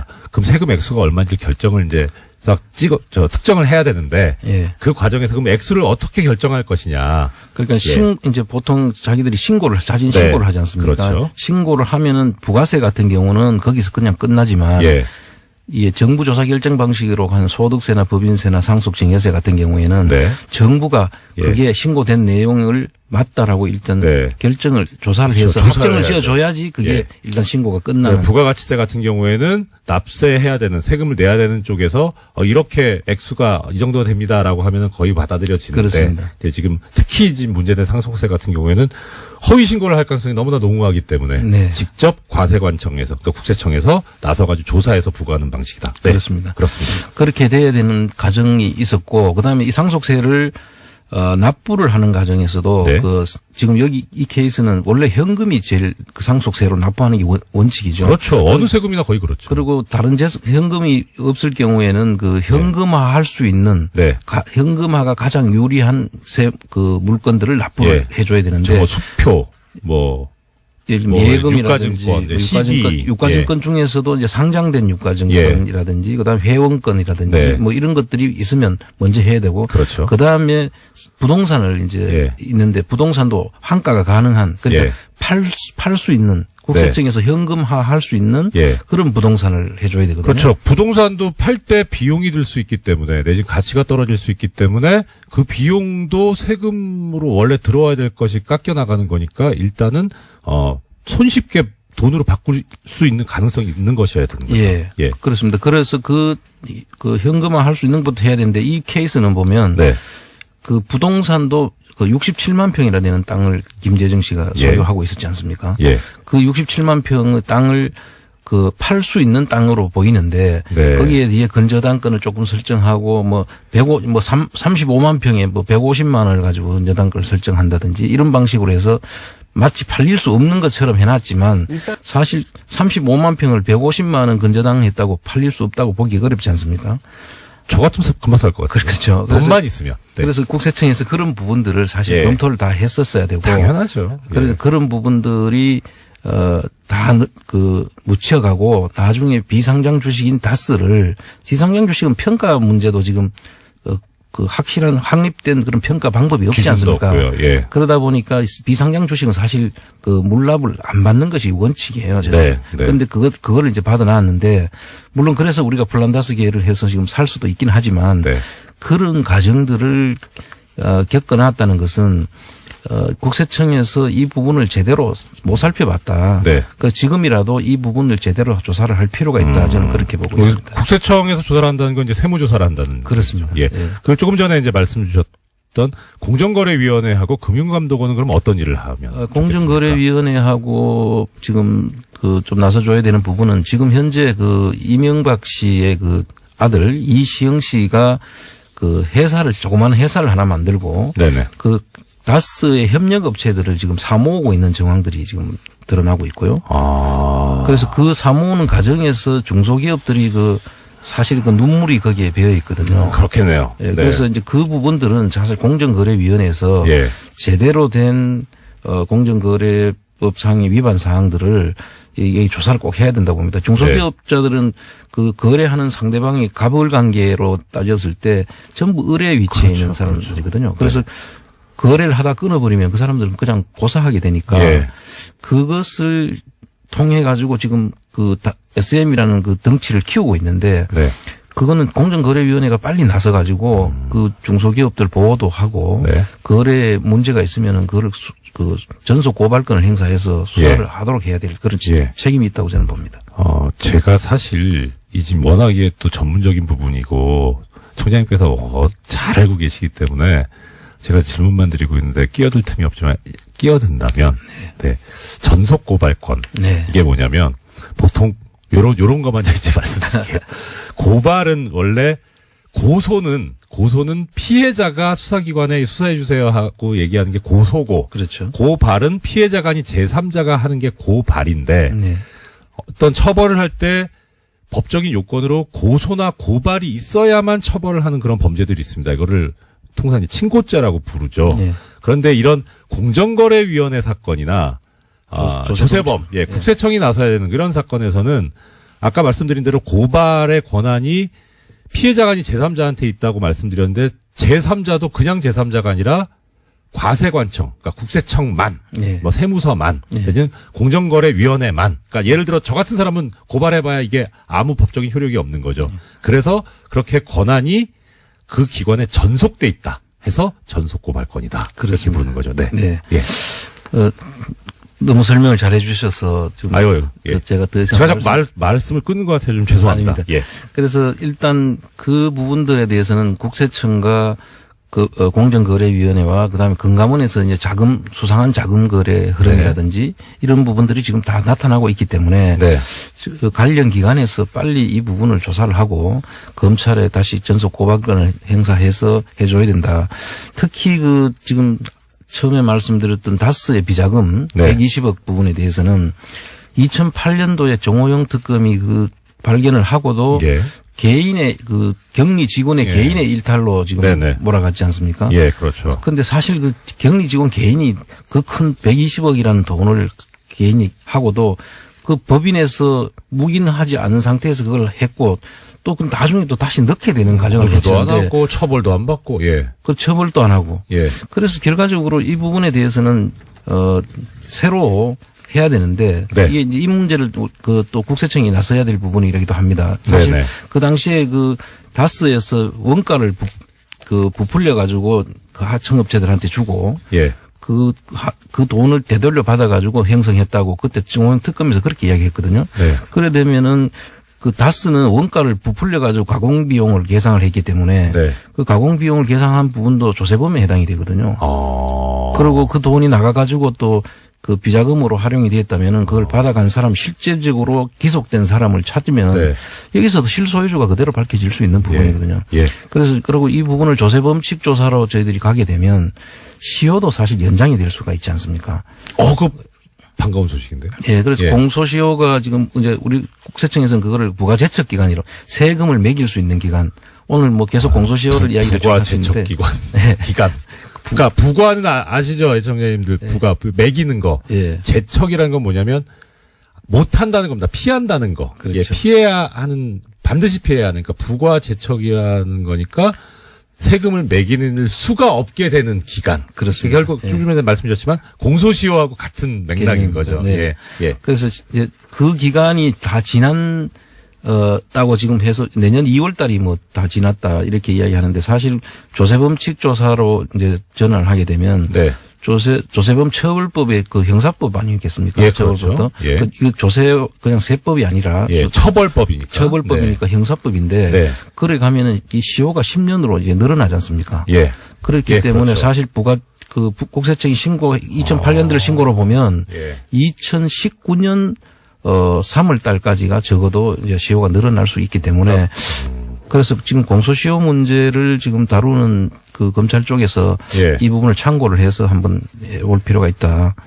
제가 하나 부연 설명해 드리자면, 그러니까 2008년도까지 기간인데, 이게 실제 그 신고해서 납부하는 때는 그 다음에 해야 되죠. 그 다음에 3월까지 하죠. 그렇죠. 보통 그러니까 2009년도에 해야 되는 거니까. 네, 그렇습니다. 만약에 근데 안 했다, 제대로 안 했다. 그렇게 되면은 그때부터 10년이니까 2019년이 되는 거죠. 그렇습니다. 예. 자, 그러면, 이거 제가 자꾸 쓸데없는 해설을 하고 있습니다. 시간이 너무 빨리 가나요? 예. 자, 그러면 지금 결국 왜 그런 공소시효 얘기가 계속 나오느냐 예. 하는 거는 이거는 공소시효가 완성됐으니까 빨리 이걸 덮어버리고 싶은 사람들이 제기하고 있는 거 아니겠습니까? 그렇습니다. 그렇죠. 예, 그래서 우리는 공소시효 문제를 사실 물론 명백하게 완성됐으면 하면 안 되는 거지만 이 문제에 대해서 누가 얘기하고 있는지를 유심히 지켜볼 필요가 있다 이런 생각이 듭니다. 예. 그 다음에 그러면 이제 그럼 지금 청장님께서 주시고 계신 말씀은 요지가 이러네 쭉 들어보니까 검찰, 국세청, 금감원 여기서 이렇게 수사를 해라. 네. 예. 그냥 직접 공무원 임용되셔가지고 직접 수사하시면 안 되겠습니까? 지금 뉴스 공장 패널이 훨씬 더 좋습니다. 예. 자, 그 다음에 김경준 씨가 횡령했다는 이 140억, 아까 120억 이제 개인 횡령이라고 네. 이제 뭐 이렇게 덮어 씌워진, 그거 말고. 네. 그것이 다스에 입금되는 과정에서 이제 이명박 정부 당시 청와대가 개입한 정황이 나왔는데 이것도 검찰 수사가 필요한 거 아닙니까? 그렇습니다. 지금 네. 그 부분도 지금 보고 있는 것으로 알고 있는데요. 이제 정리를 하면 예. 그 140억은 사실 옵셔널 벤처스의 주주들이 받아가도록 미국 법원에서 결정이 됐던 상황이거든요. 그렇죠. 그런데 그 들어가 있는 돈이 그 당시 김경준의 딸 이름인 그 알렉산드리아라는 법인에 그 돈이 들어가 있었는데 다스는 개인 김경준에게 대해서 소송을 해서 그때도 패소를 했고 예. 그 옵셔널 벤처스 주주들은 개인 김경준뿐만 아니라 알렉산드리아 법인에 대해서도 소송을 제기해서 이겨서 그 돈을 받아올 수 있는 상황이었거든요. 그렇죠. 그런데 그걸 스위스 은행에 동결돼 있는데 김경준하고 그 이명박 측하고 그 둘이 합의를 통해 가지고 일종의 소송 사기 비슷한 내용으로 그렇죠. 돈을 받아온 거잖아요. 140억이. 예, 판결을 완전 무력화시켜버렸죠. 그렇죠. 140억 원을 다스로 2011년도에 입금을 하도록 했는데 그 부분에 대해서 지금 옵셔널 벤처스 주주들도 그 부분에 대해서 지금 소송을 제기하고 있고 그게 미국 법원의 그 판결문 내용이 지금 다 밝혀져서 지금 아마 이번 검찰에 박범계 의원께서 그를 정리를 해서 지금 넣는다고 하더라고요. 예. 그러니까 요지는 이거죠. 소송 당사자가 아닌 청와대가 왜 나오냐는 거죠. 그렇습니다. 예. 이건 뭐 다른 여타의 뭐 권리행사방해나 뭐 강요나 이런 것도 들어갈 수 있겠지만 이거 자체가 지금 우리가 지금 얘기하고 있는 다스의 실소유주가 누구냐 하는 거를 여실히 드러내는 거 아닌가 싶습니다. 그렇습니다. 그래서 이 실소유주를 파악하는 문제는 결국은 그 BBK 당시 BBK가 옵셔널 벤처스에다가 주가 조작을 해서 그때 그 돈을 김경준 씨가 가지고 갔는데 그 그 주가 조작의 주체가 누구냐. 이 다스의 실소유주가 결국 그 주가 조작의 한 주체가 아니겠느냐라고 지금 보기 때문에 이 실소유주 문제가 중요한 것이죠. 그렇죠. 예. 예. 그리고 실소유주가 누구냐에 따라서 우리가 그걸 가지고 우리 국민들이 가져왔어야 될 돈이기 때문에 또 정당한 피해자들에게 돌아갔어야 하는 돈이기 때문에 정당하게 돌려주자라는 그걸 하고 계신 거죠. 그렇습니다. 자, 마지막으로 우리 총장님, 우리 청자 여러분들한테 연말 인사, 새해 인사 해주시고 플란다스에게 어떻게 또 하실 것인지 말씀 주셨으면 좋겠습니다. 그동안에 많은 성원들 보내주셔가지고 지금 잘 진행되고 있고요. 저희들이 국민재산되찾기운동본부에서도 지금 그 플란다스 기획뿐만 아니라 다른 재산들, 이 부정한 그 방법으로 돈을 축제한 분들에 대해서 재산을 찾기 위한 다른 정보 수집이라든지 이런 일들을 지금 계속 진행 중에 있습니다. 네. 조만간 많은 그 결과들로 국민들의 성원에 저희들이 보답하려고 하고 있습니다. 네. 많이 관심 가져주시고요. 그리고 저희들이 지금 하고 있는 스토리 펀딩. 네. 거기에도 좀 많이 참여를 해 주셔서 네. 우리 국민운동본부가 잘 될 수 있도록 도와주시면 감사하겠습니다. 예, 총장님 올 한해 너무 수고 많으셨고 내년에도 더 수고해 주셨으면 좋겠습니다. 네. 오늘 말씀 감사합니다. 너무 감사합니다. 라는 AS 전해드릴 시간인데 그 전에 잠시 전하는 말씀 올리겠습니다. TBS TV가 2018년 황금개띠해를 맞이해서 신년 특집 다큐멘터리 개에 관한 놀라운 비밀을 방송합니다. 영국 BBC가 만든 명품 다큐멘터리 3부작이라고 하는데요. 여기 대본대로 읽으려니까 힘드네요. 1월 1일부터 사흘간 낮 12시에 한 번, 밤 11시 30분에 또 한 번, 하루 2차례 방송된다고 하니까요. 많은 시청과 관심을 부탁드립니다.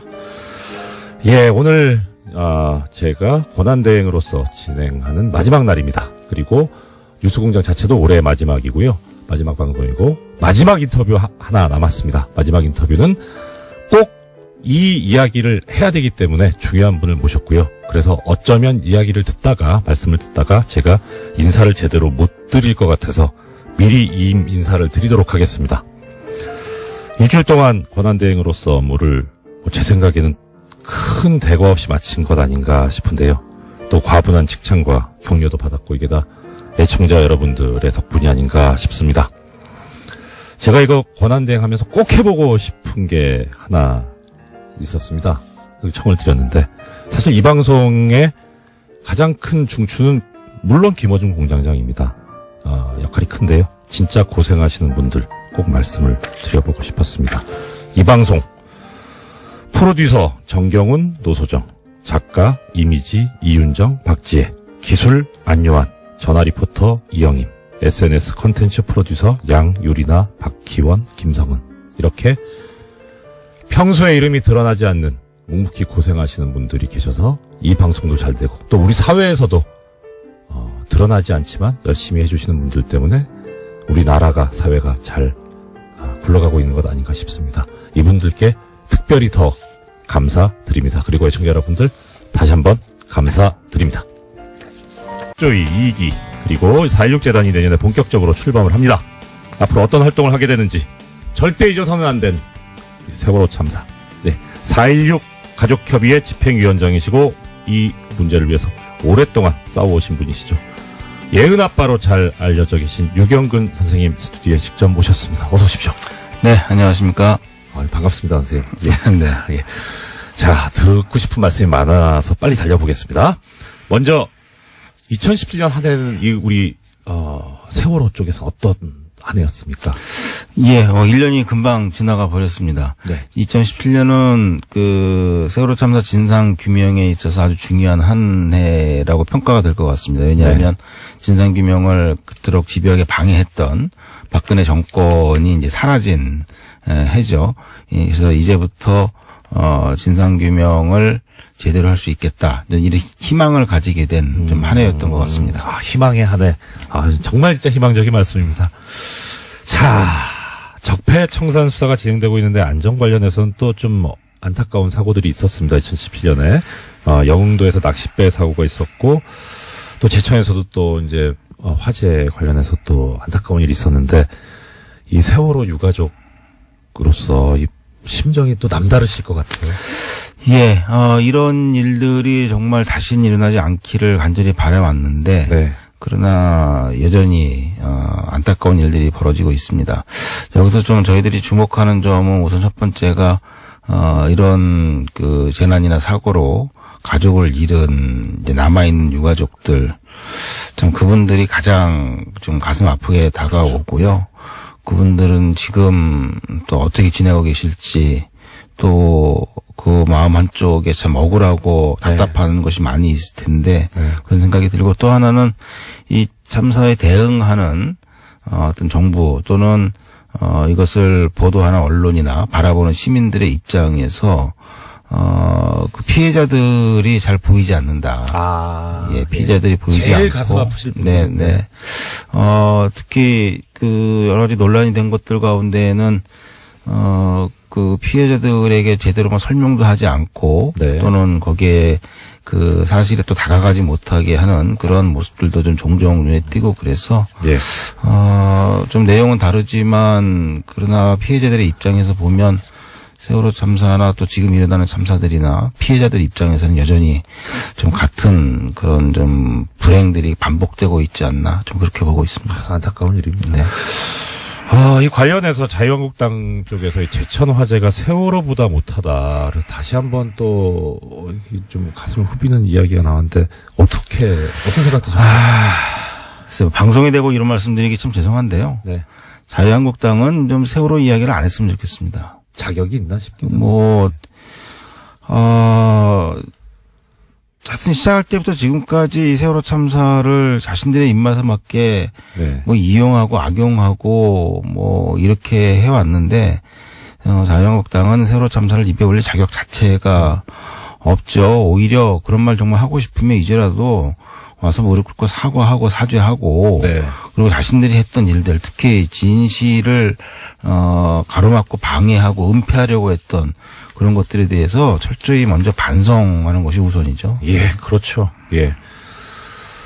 자, 지금 박근혜 정부 당시에 그때 이제 이렇게 되면 이제 일기 특조위인 거죠. 일기 네. 특조위 활동을 당시 해양수산부가 활동 방해했다는 게 이제 계속 나오고 있고 사실로 밝혀지고 있는데 어떠셨어요? 예, 그 해수부가 일기 특조위 활동 방해했다는 건 이제 여러 가지 사례들이 있지만, 그렇죠. 이번에 이제 그 해수부 자체 조사를 통해서 드러난 거는 소위 해수부 문건이라고 하죠. 그래서 예. 이제 일기 특조위에서 청와대의 어떤 대응 시스템, 소위 그 박근혜 대통령이 7시간을 조사하기로 의결을 했을 경우 이걸 반대하고 그래도 가결될 경우 기자회견하고 네. 사퇴하고 네. 이제 이런 시나리오를 짜놓은 문건이죠. 네네. 이것이 그 당시에 발견이 됐었는데, 여기에 대해서 해수부는 자기네들이 한 게 아니다. 이렇게 계속 발뺌만을 해왔죠. 그런데 놀라운 건 그 문건에 있는 그대로 일기 특조위 그 당시 새누리당 추천 위원들이 네. 그대로 따라서 했어요. 그렇습니다. 한치의 어긋남도 예. 없이. 이제 그게 이제 와서 해수부가 직접 관련이 되어 있다, 작성했고 그것을 유통시켰다라는 네. 것이 드러난 것이죠. 네. 근데 아쉬운 것은 이번 발표 내용에서 누가 그랬느냐, 예. 누가 작성했고 누가 지시했고 이제 여기에 대해서 명확히 밝히지 않았어요. 거기까지 조사가 안 돼서 그런지 모르겠는데 네. 어쨌든 해수부에서는 검찰에 수사 의뢰를 했고요. 네. 검찰 조사를 통해서 옛날에 그냥 뭉뚱그려서 해수부가 잘못했다 이게 아니라 네. 누가 지시했고 누가 작성했고 그걸 누가 그렇죠. 유포시켰고 예. 그 문건에 따라서 누가 무슨 짓을 했는지를 네. 밝혀서 처벌을 할 일이 남아 있습니다. 그렇습니다. 여기까지 가야 진상이 드러났다고 볼 수 있겠죠. 그렇죠. 자, 이 세월호 특조위 일기 활동 방해 관련해서 지금 좀 전에 이제 선생님께서 말씀 주신 것처럼 진상이 규명되고 처벌을 받아야 됐으면 반드시 처벌을 받아야 되는데 그건 그렇고 그 다음에 또 세월호 참사 관련한 진실 규명을 위해서 이제 세월호 특조위 2기가 출범을 합니다. 저도 기대가 큰데 정말 기대가 크시지 않을까 싶은데요. 예, 기대는 당연히 큽니다. 네. 이 2기 특조위를 또다시 만들었다는 것 자체로도 기대가 크지만 사실 네네. 그거보다는 1기 특조위 때와는 이제 상황이 많이 달라졌죠. 그렇죠. 그 당시에는 정부가 조직적으로 방해를 한 반면에 지금은 이제 그런 일은 없을 것 같습니다. 네. 그래서 오히려 진상규명은 속도를 낼 수 있을 것 같은데 네.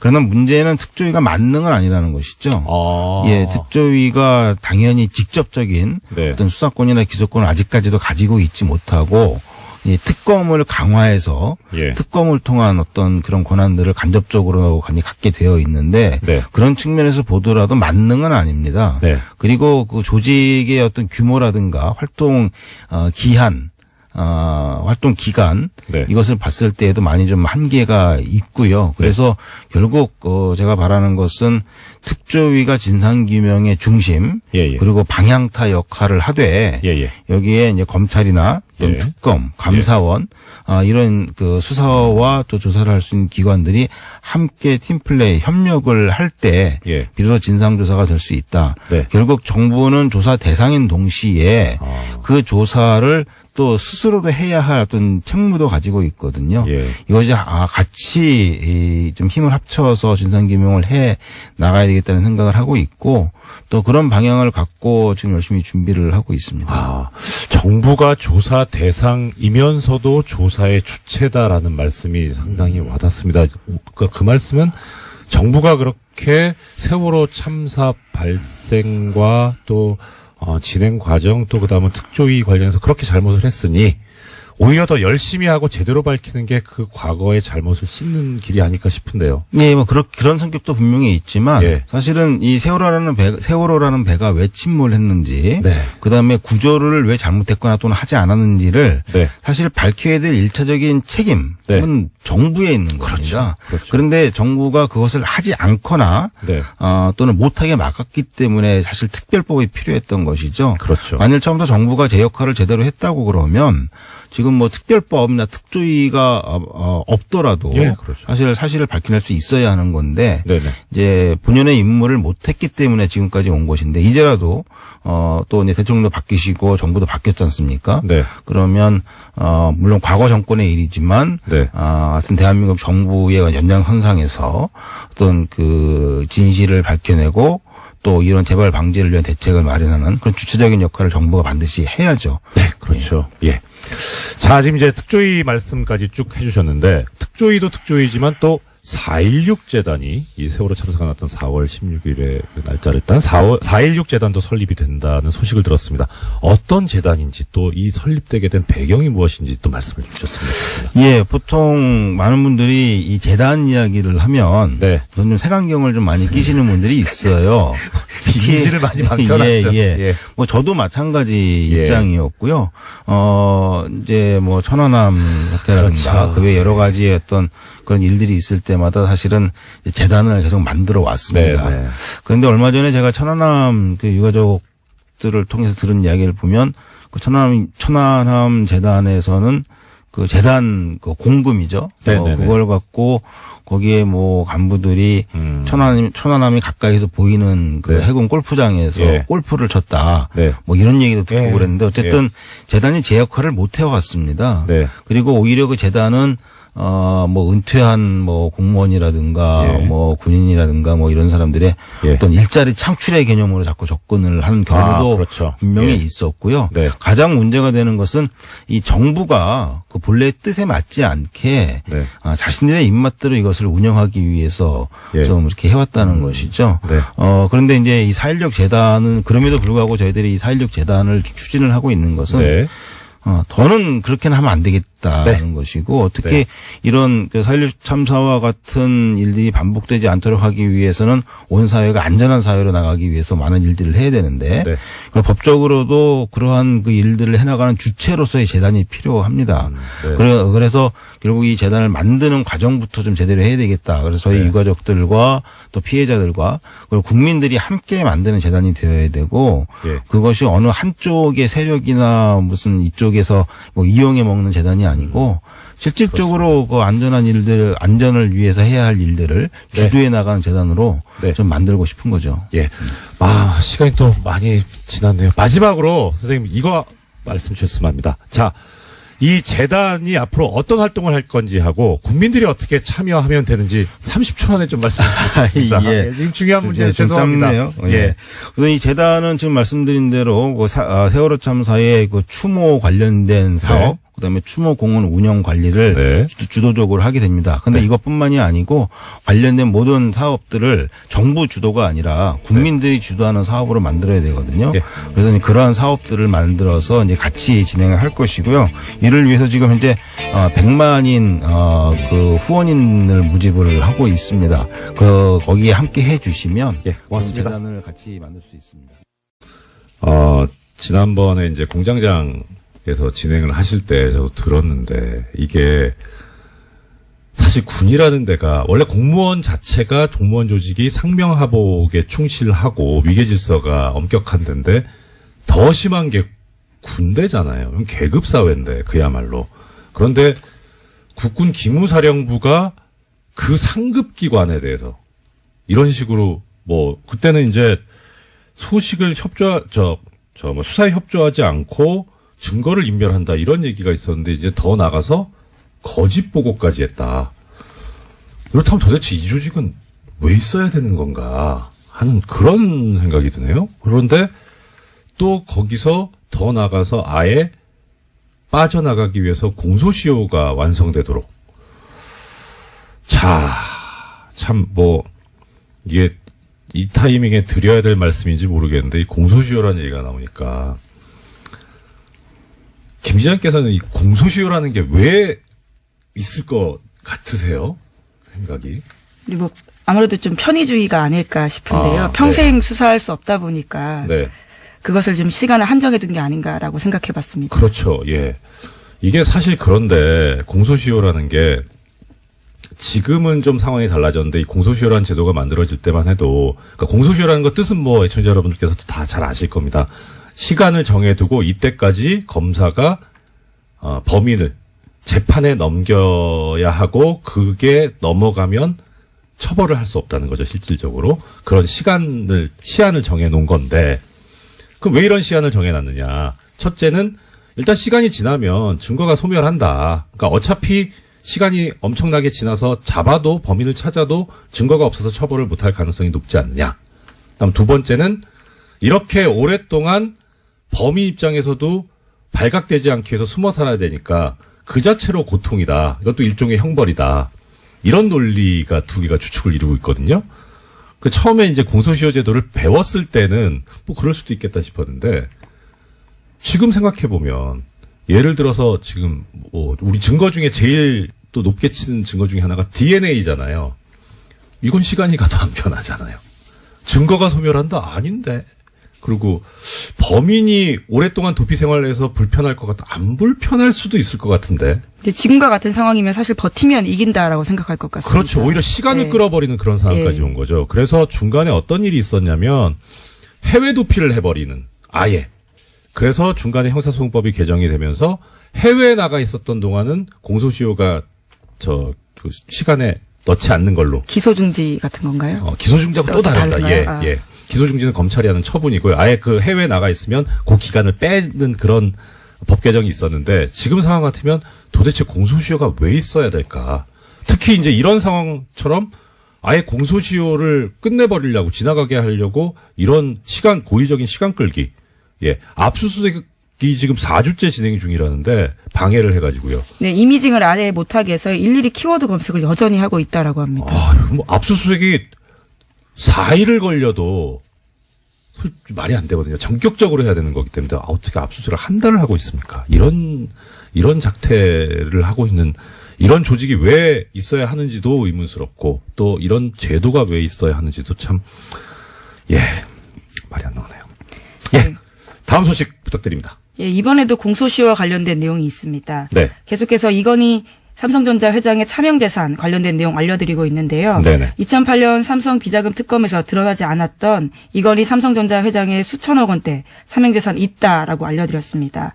이에 대한 수사가 실체 접근조차 하지 못한 채 사실상 마무리 수순에 들어갔다고 이 또한 한겨레 신문이 보도했습니다. 네네. 2011년 이 회장 쪽에 1천억 원대. 공장장 권한대행 이정렬입니다. 지난 화요일과 수요일에 출연하셨던 유시춘 선생님께 한 번 더 출연을 해 주십사 청을 드렸었습니다. 마무리 못하고 가셔가지고 더 듣고 싶은 말씀도 있고, 네, 도저히 일정이 맞지 않아서 미안하다고, 죄송하다고 하시면서 뉴스공장 애청자님들께 말씀을 전해달라고 연락을 주셨습니다. 유시춘 선생님의 말씀을 그대로 전해드리겠습니다. 이틀간의 짧은 인터뷰에 여러분께서 보내주신 과분한 관심과 응원에 깜놀했습니다. 어이구, 네. 30년 전 수도 서울의 심장부에서 민주주의를 열망한 그 눈매가 어린 사슴처럼 곱고 여린 21살 청년을 잔혹하게 고문 살해한 부도덕한 국가의 얼굴은 지금 크게 변모했습니다.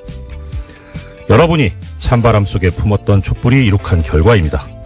우리는 헌법이 천명한 공화국의 명실상부한 주인으로서의 자유와 권리를 행사했습니다. 우리 민주주의는 박종철, 이한열이 상징하는 청년 학생의 순결한 피와 땀에 크게 빚져 있습니다. 30년 전에 민주주의를 갈망한 여러분의 선배들이 있었음을 알려드리고 싶었습니다. 오늘의 젊은 세대는 그때와는 다른 질곡에 고통스러워하고 있음을 잘 알고 있습니다.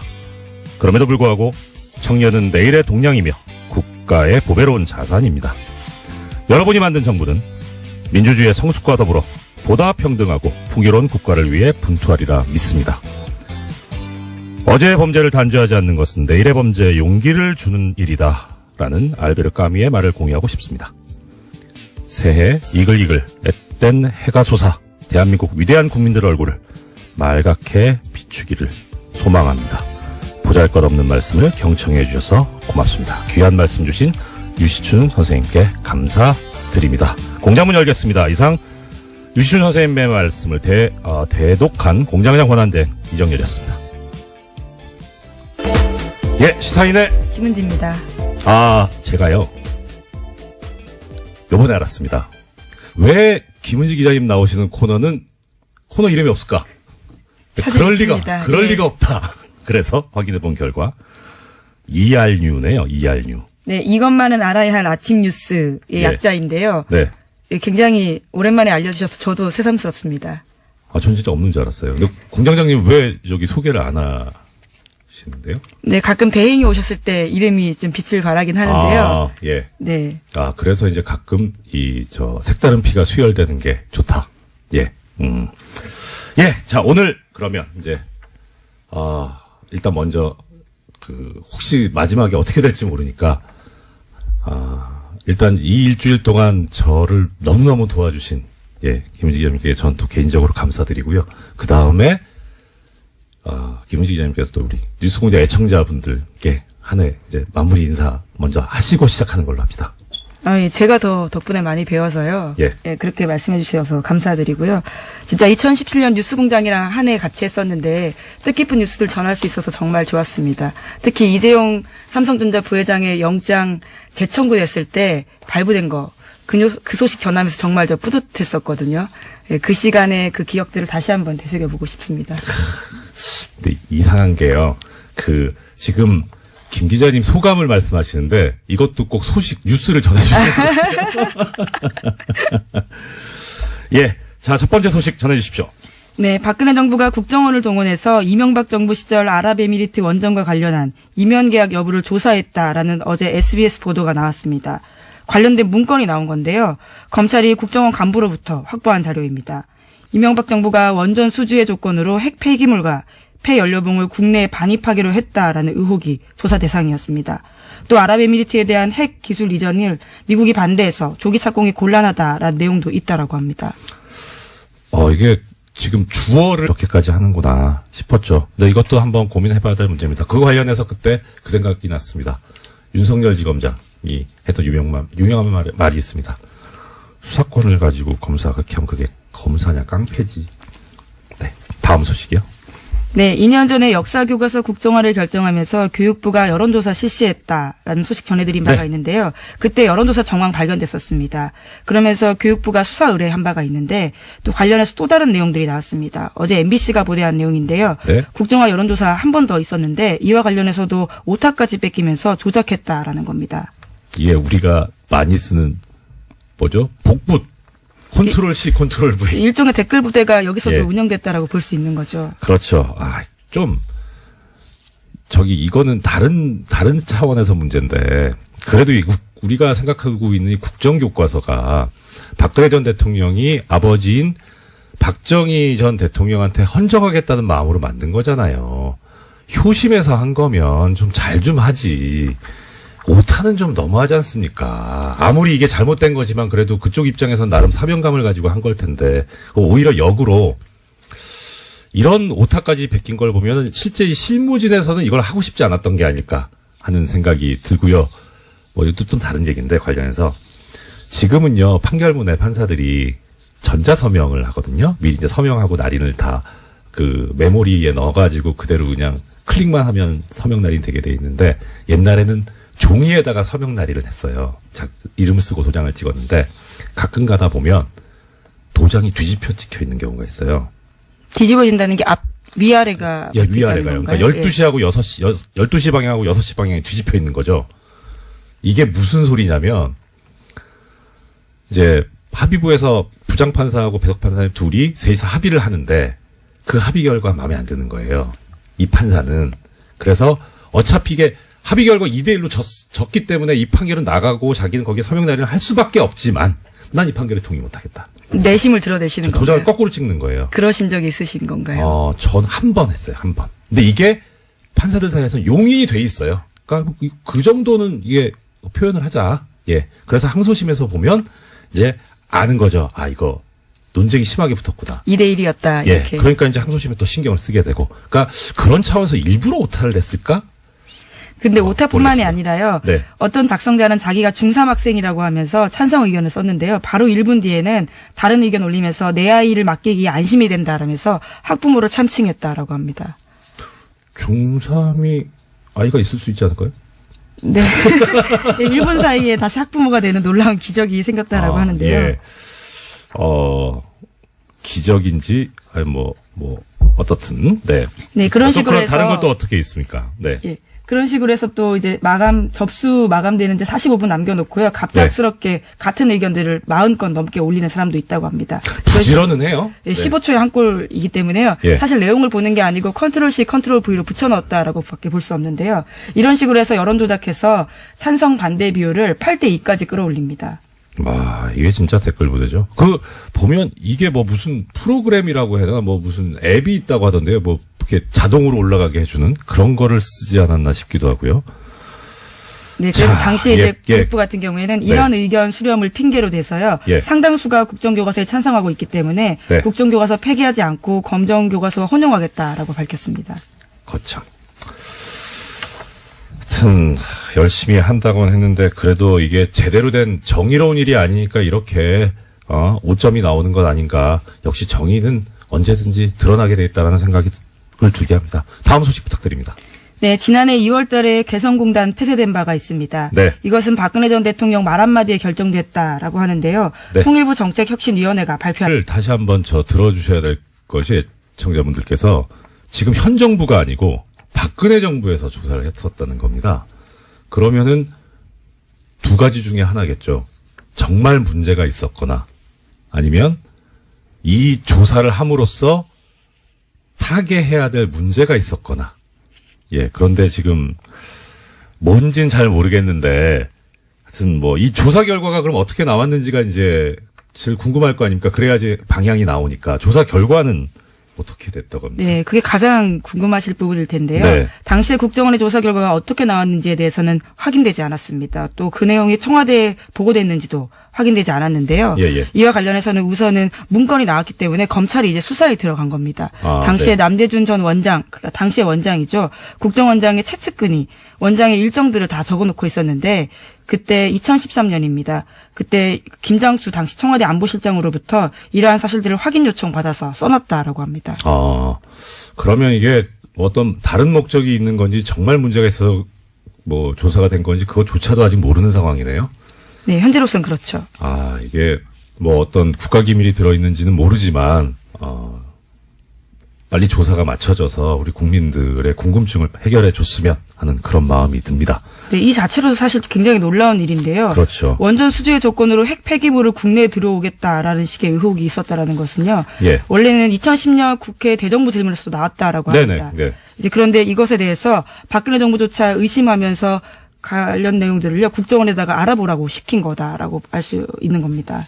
예, 그렇죠. 그때 당시에 강봉균 당시 민주당 의원이 의혹을 제기를 했었고요. 예. 근데 이게 만약에 사실이라면 이거 황당한 거죠. 그러니까 돈을 벌어오는 대신에 쓰레기를 가져온다는 얘기 아닙니까? 그것도 다른 쓰레기도 아니고 이 국민의 이 건강에 엄청난 영향을 미칠 수 있는 핵 폐기물을 가져온다는 거니까 도대체 국민의 생명과 자유와 재산을 보호해야 될, 신체를 보호해야 될 국가가 오히려 나서서 국민들에게 해를 끼치는 행위를 해버린 것이니 이건 정말 심각한 문제가 아닐 수 없겠네요.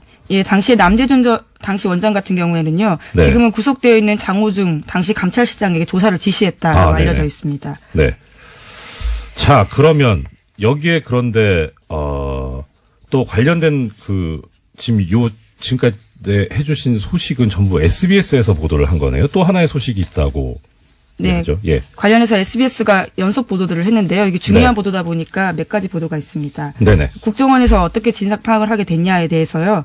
조금 더 의미를 부여하고 있는데 관계자들 멘트를 땄습니다. 예. 문건을 작성했다라고 알려진 국정원 간부에 대해서 어떻게 쓴 거냐 물어봤더니요. 예. 문건에 그런 내용이 있다면 사실일 가능성이 높다라면서 하지만 정확한 내용은 기억나지 않는다라고 밝혔고요. 또 이에 대해서 당시 남대준 원장을 만났던 김장수 안보실장도 이야기를 했는데요. 자기는 기억나지 않는다라고 했습니다.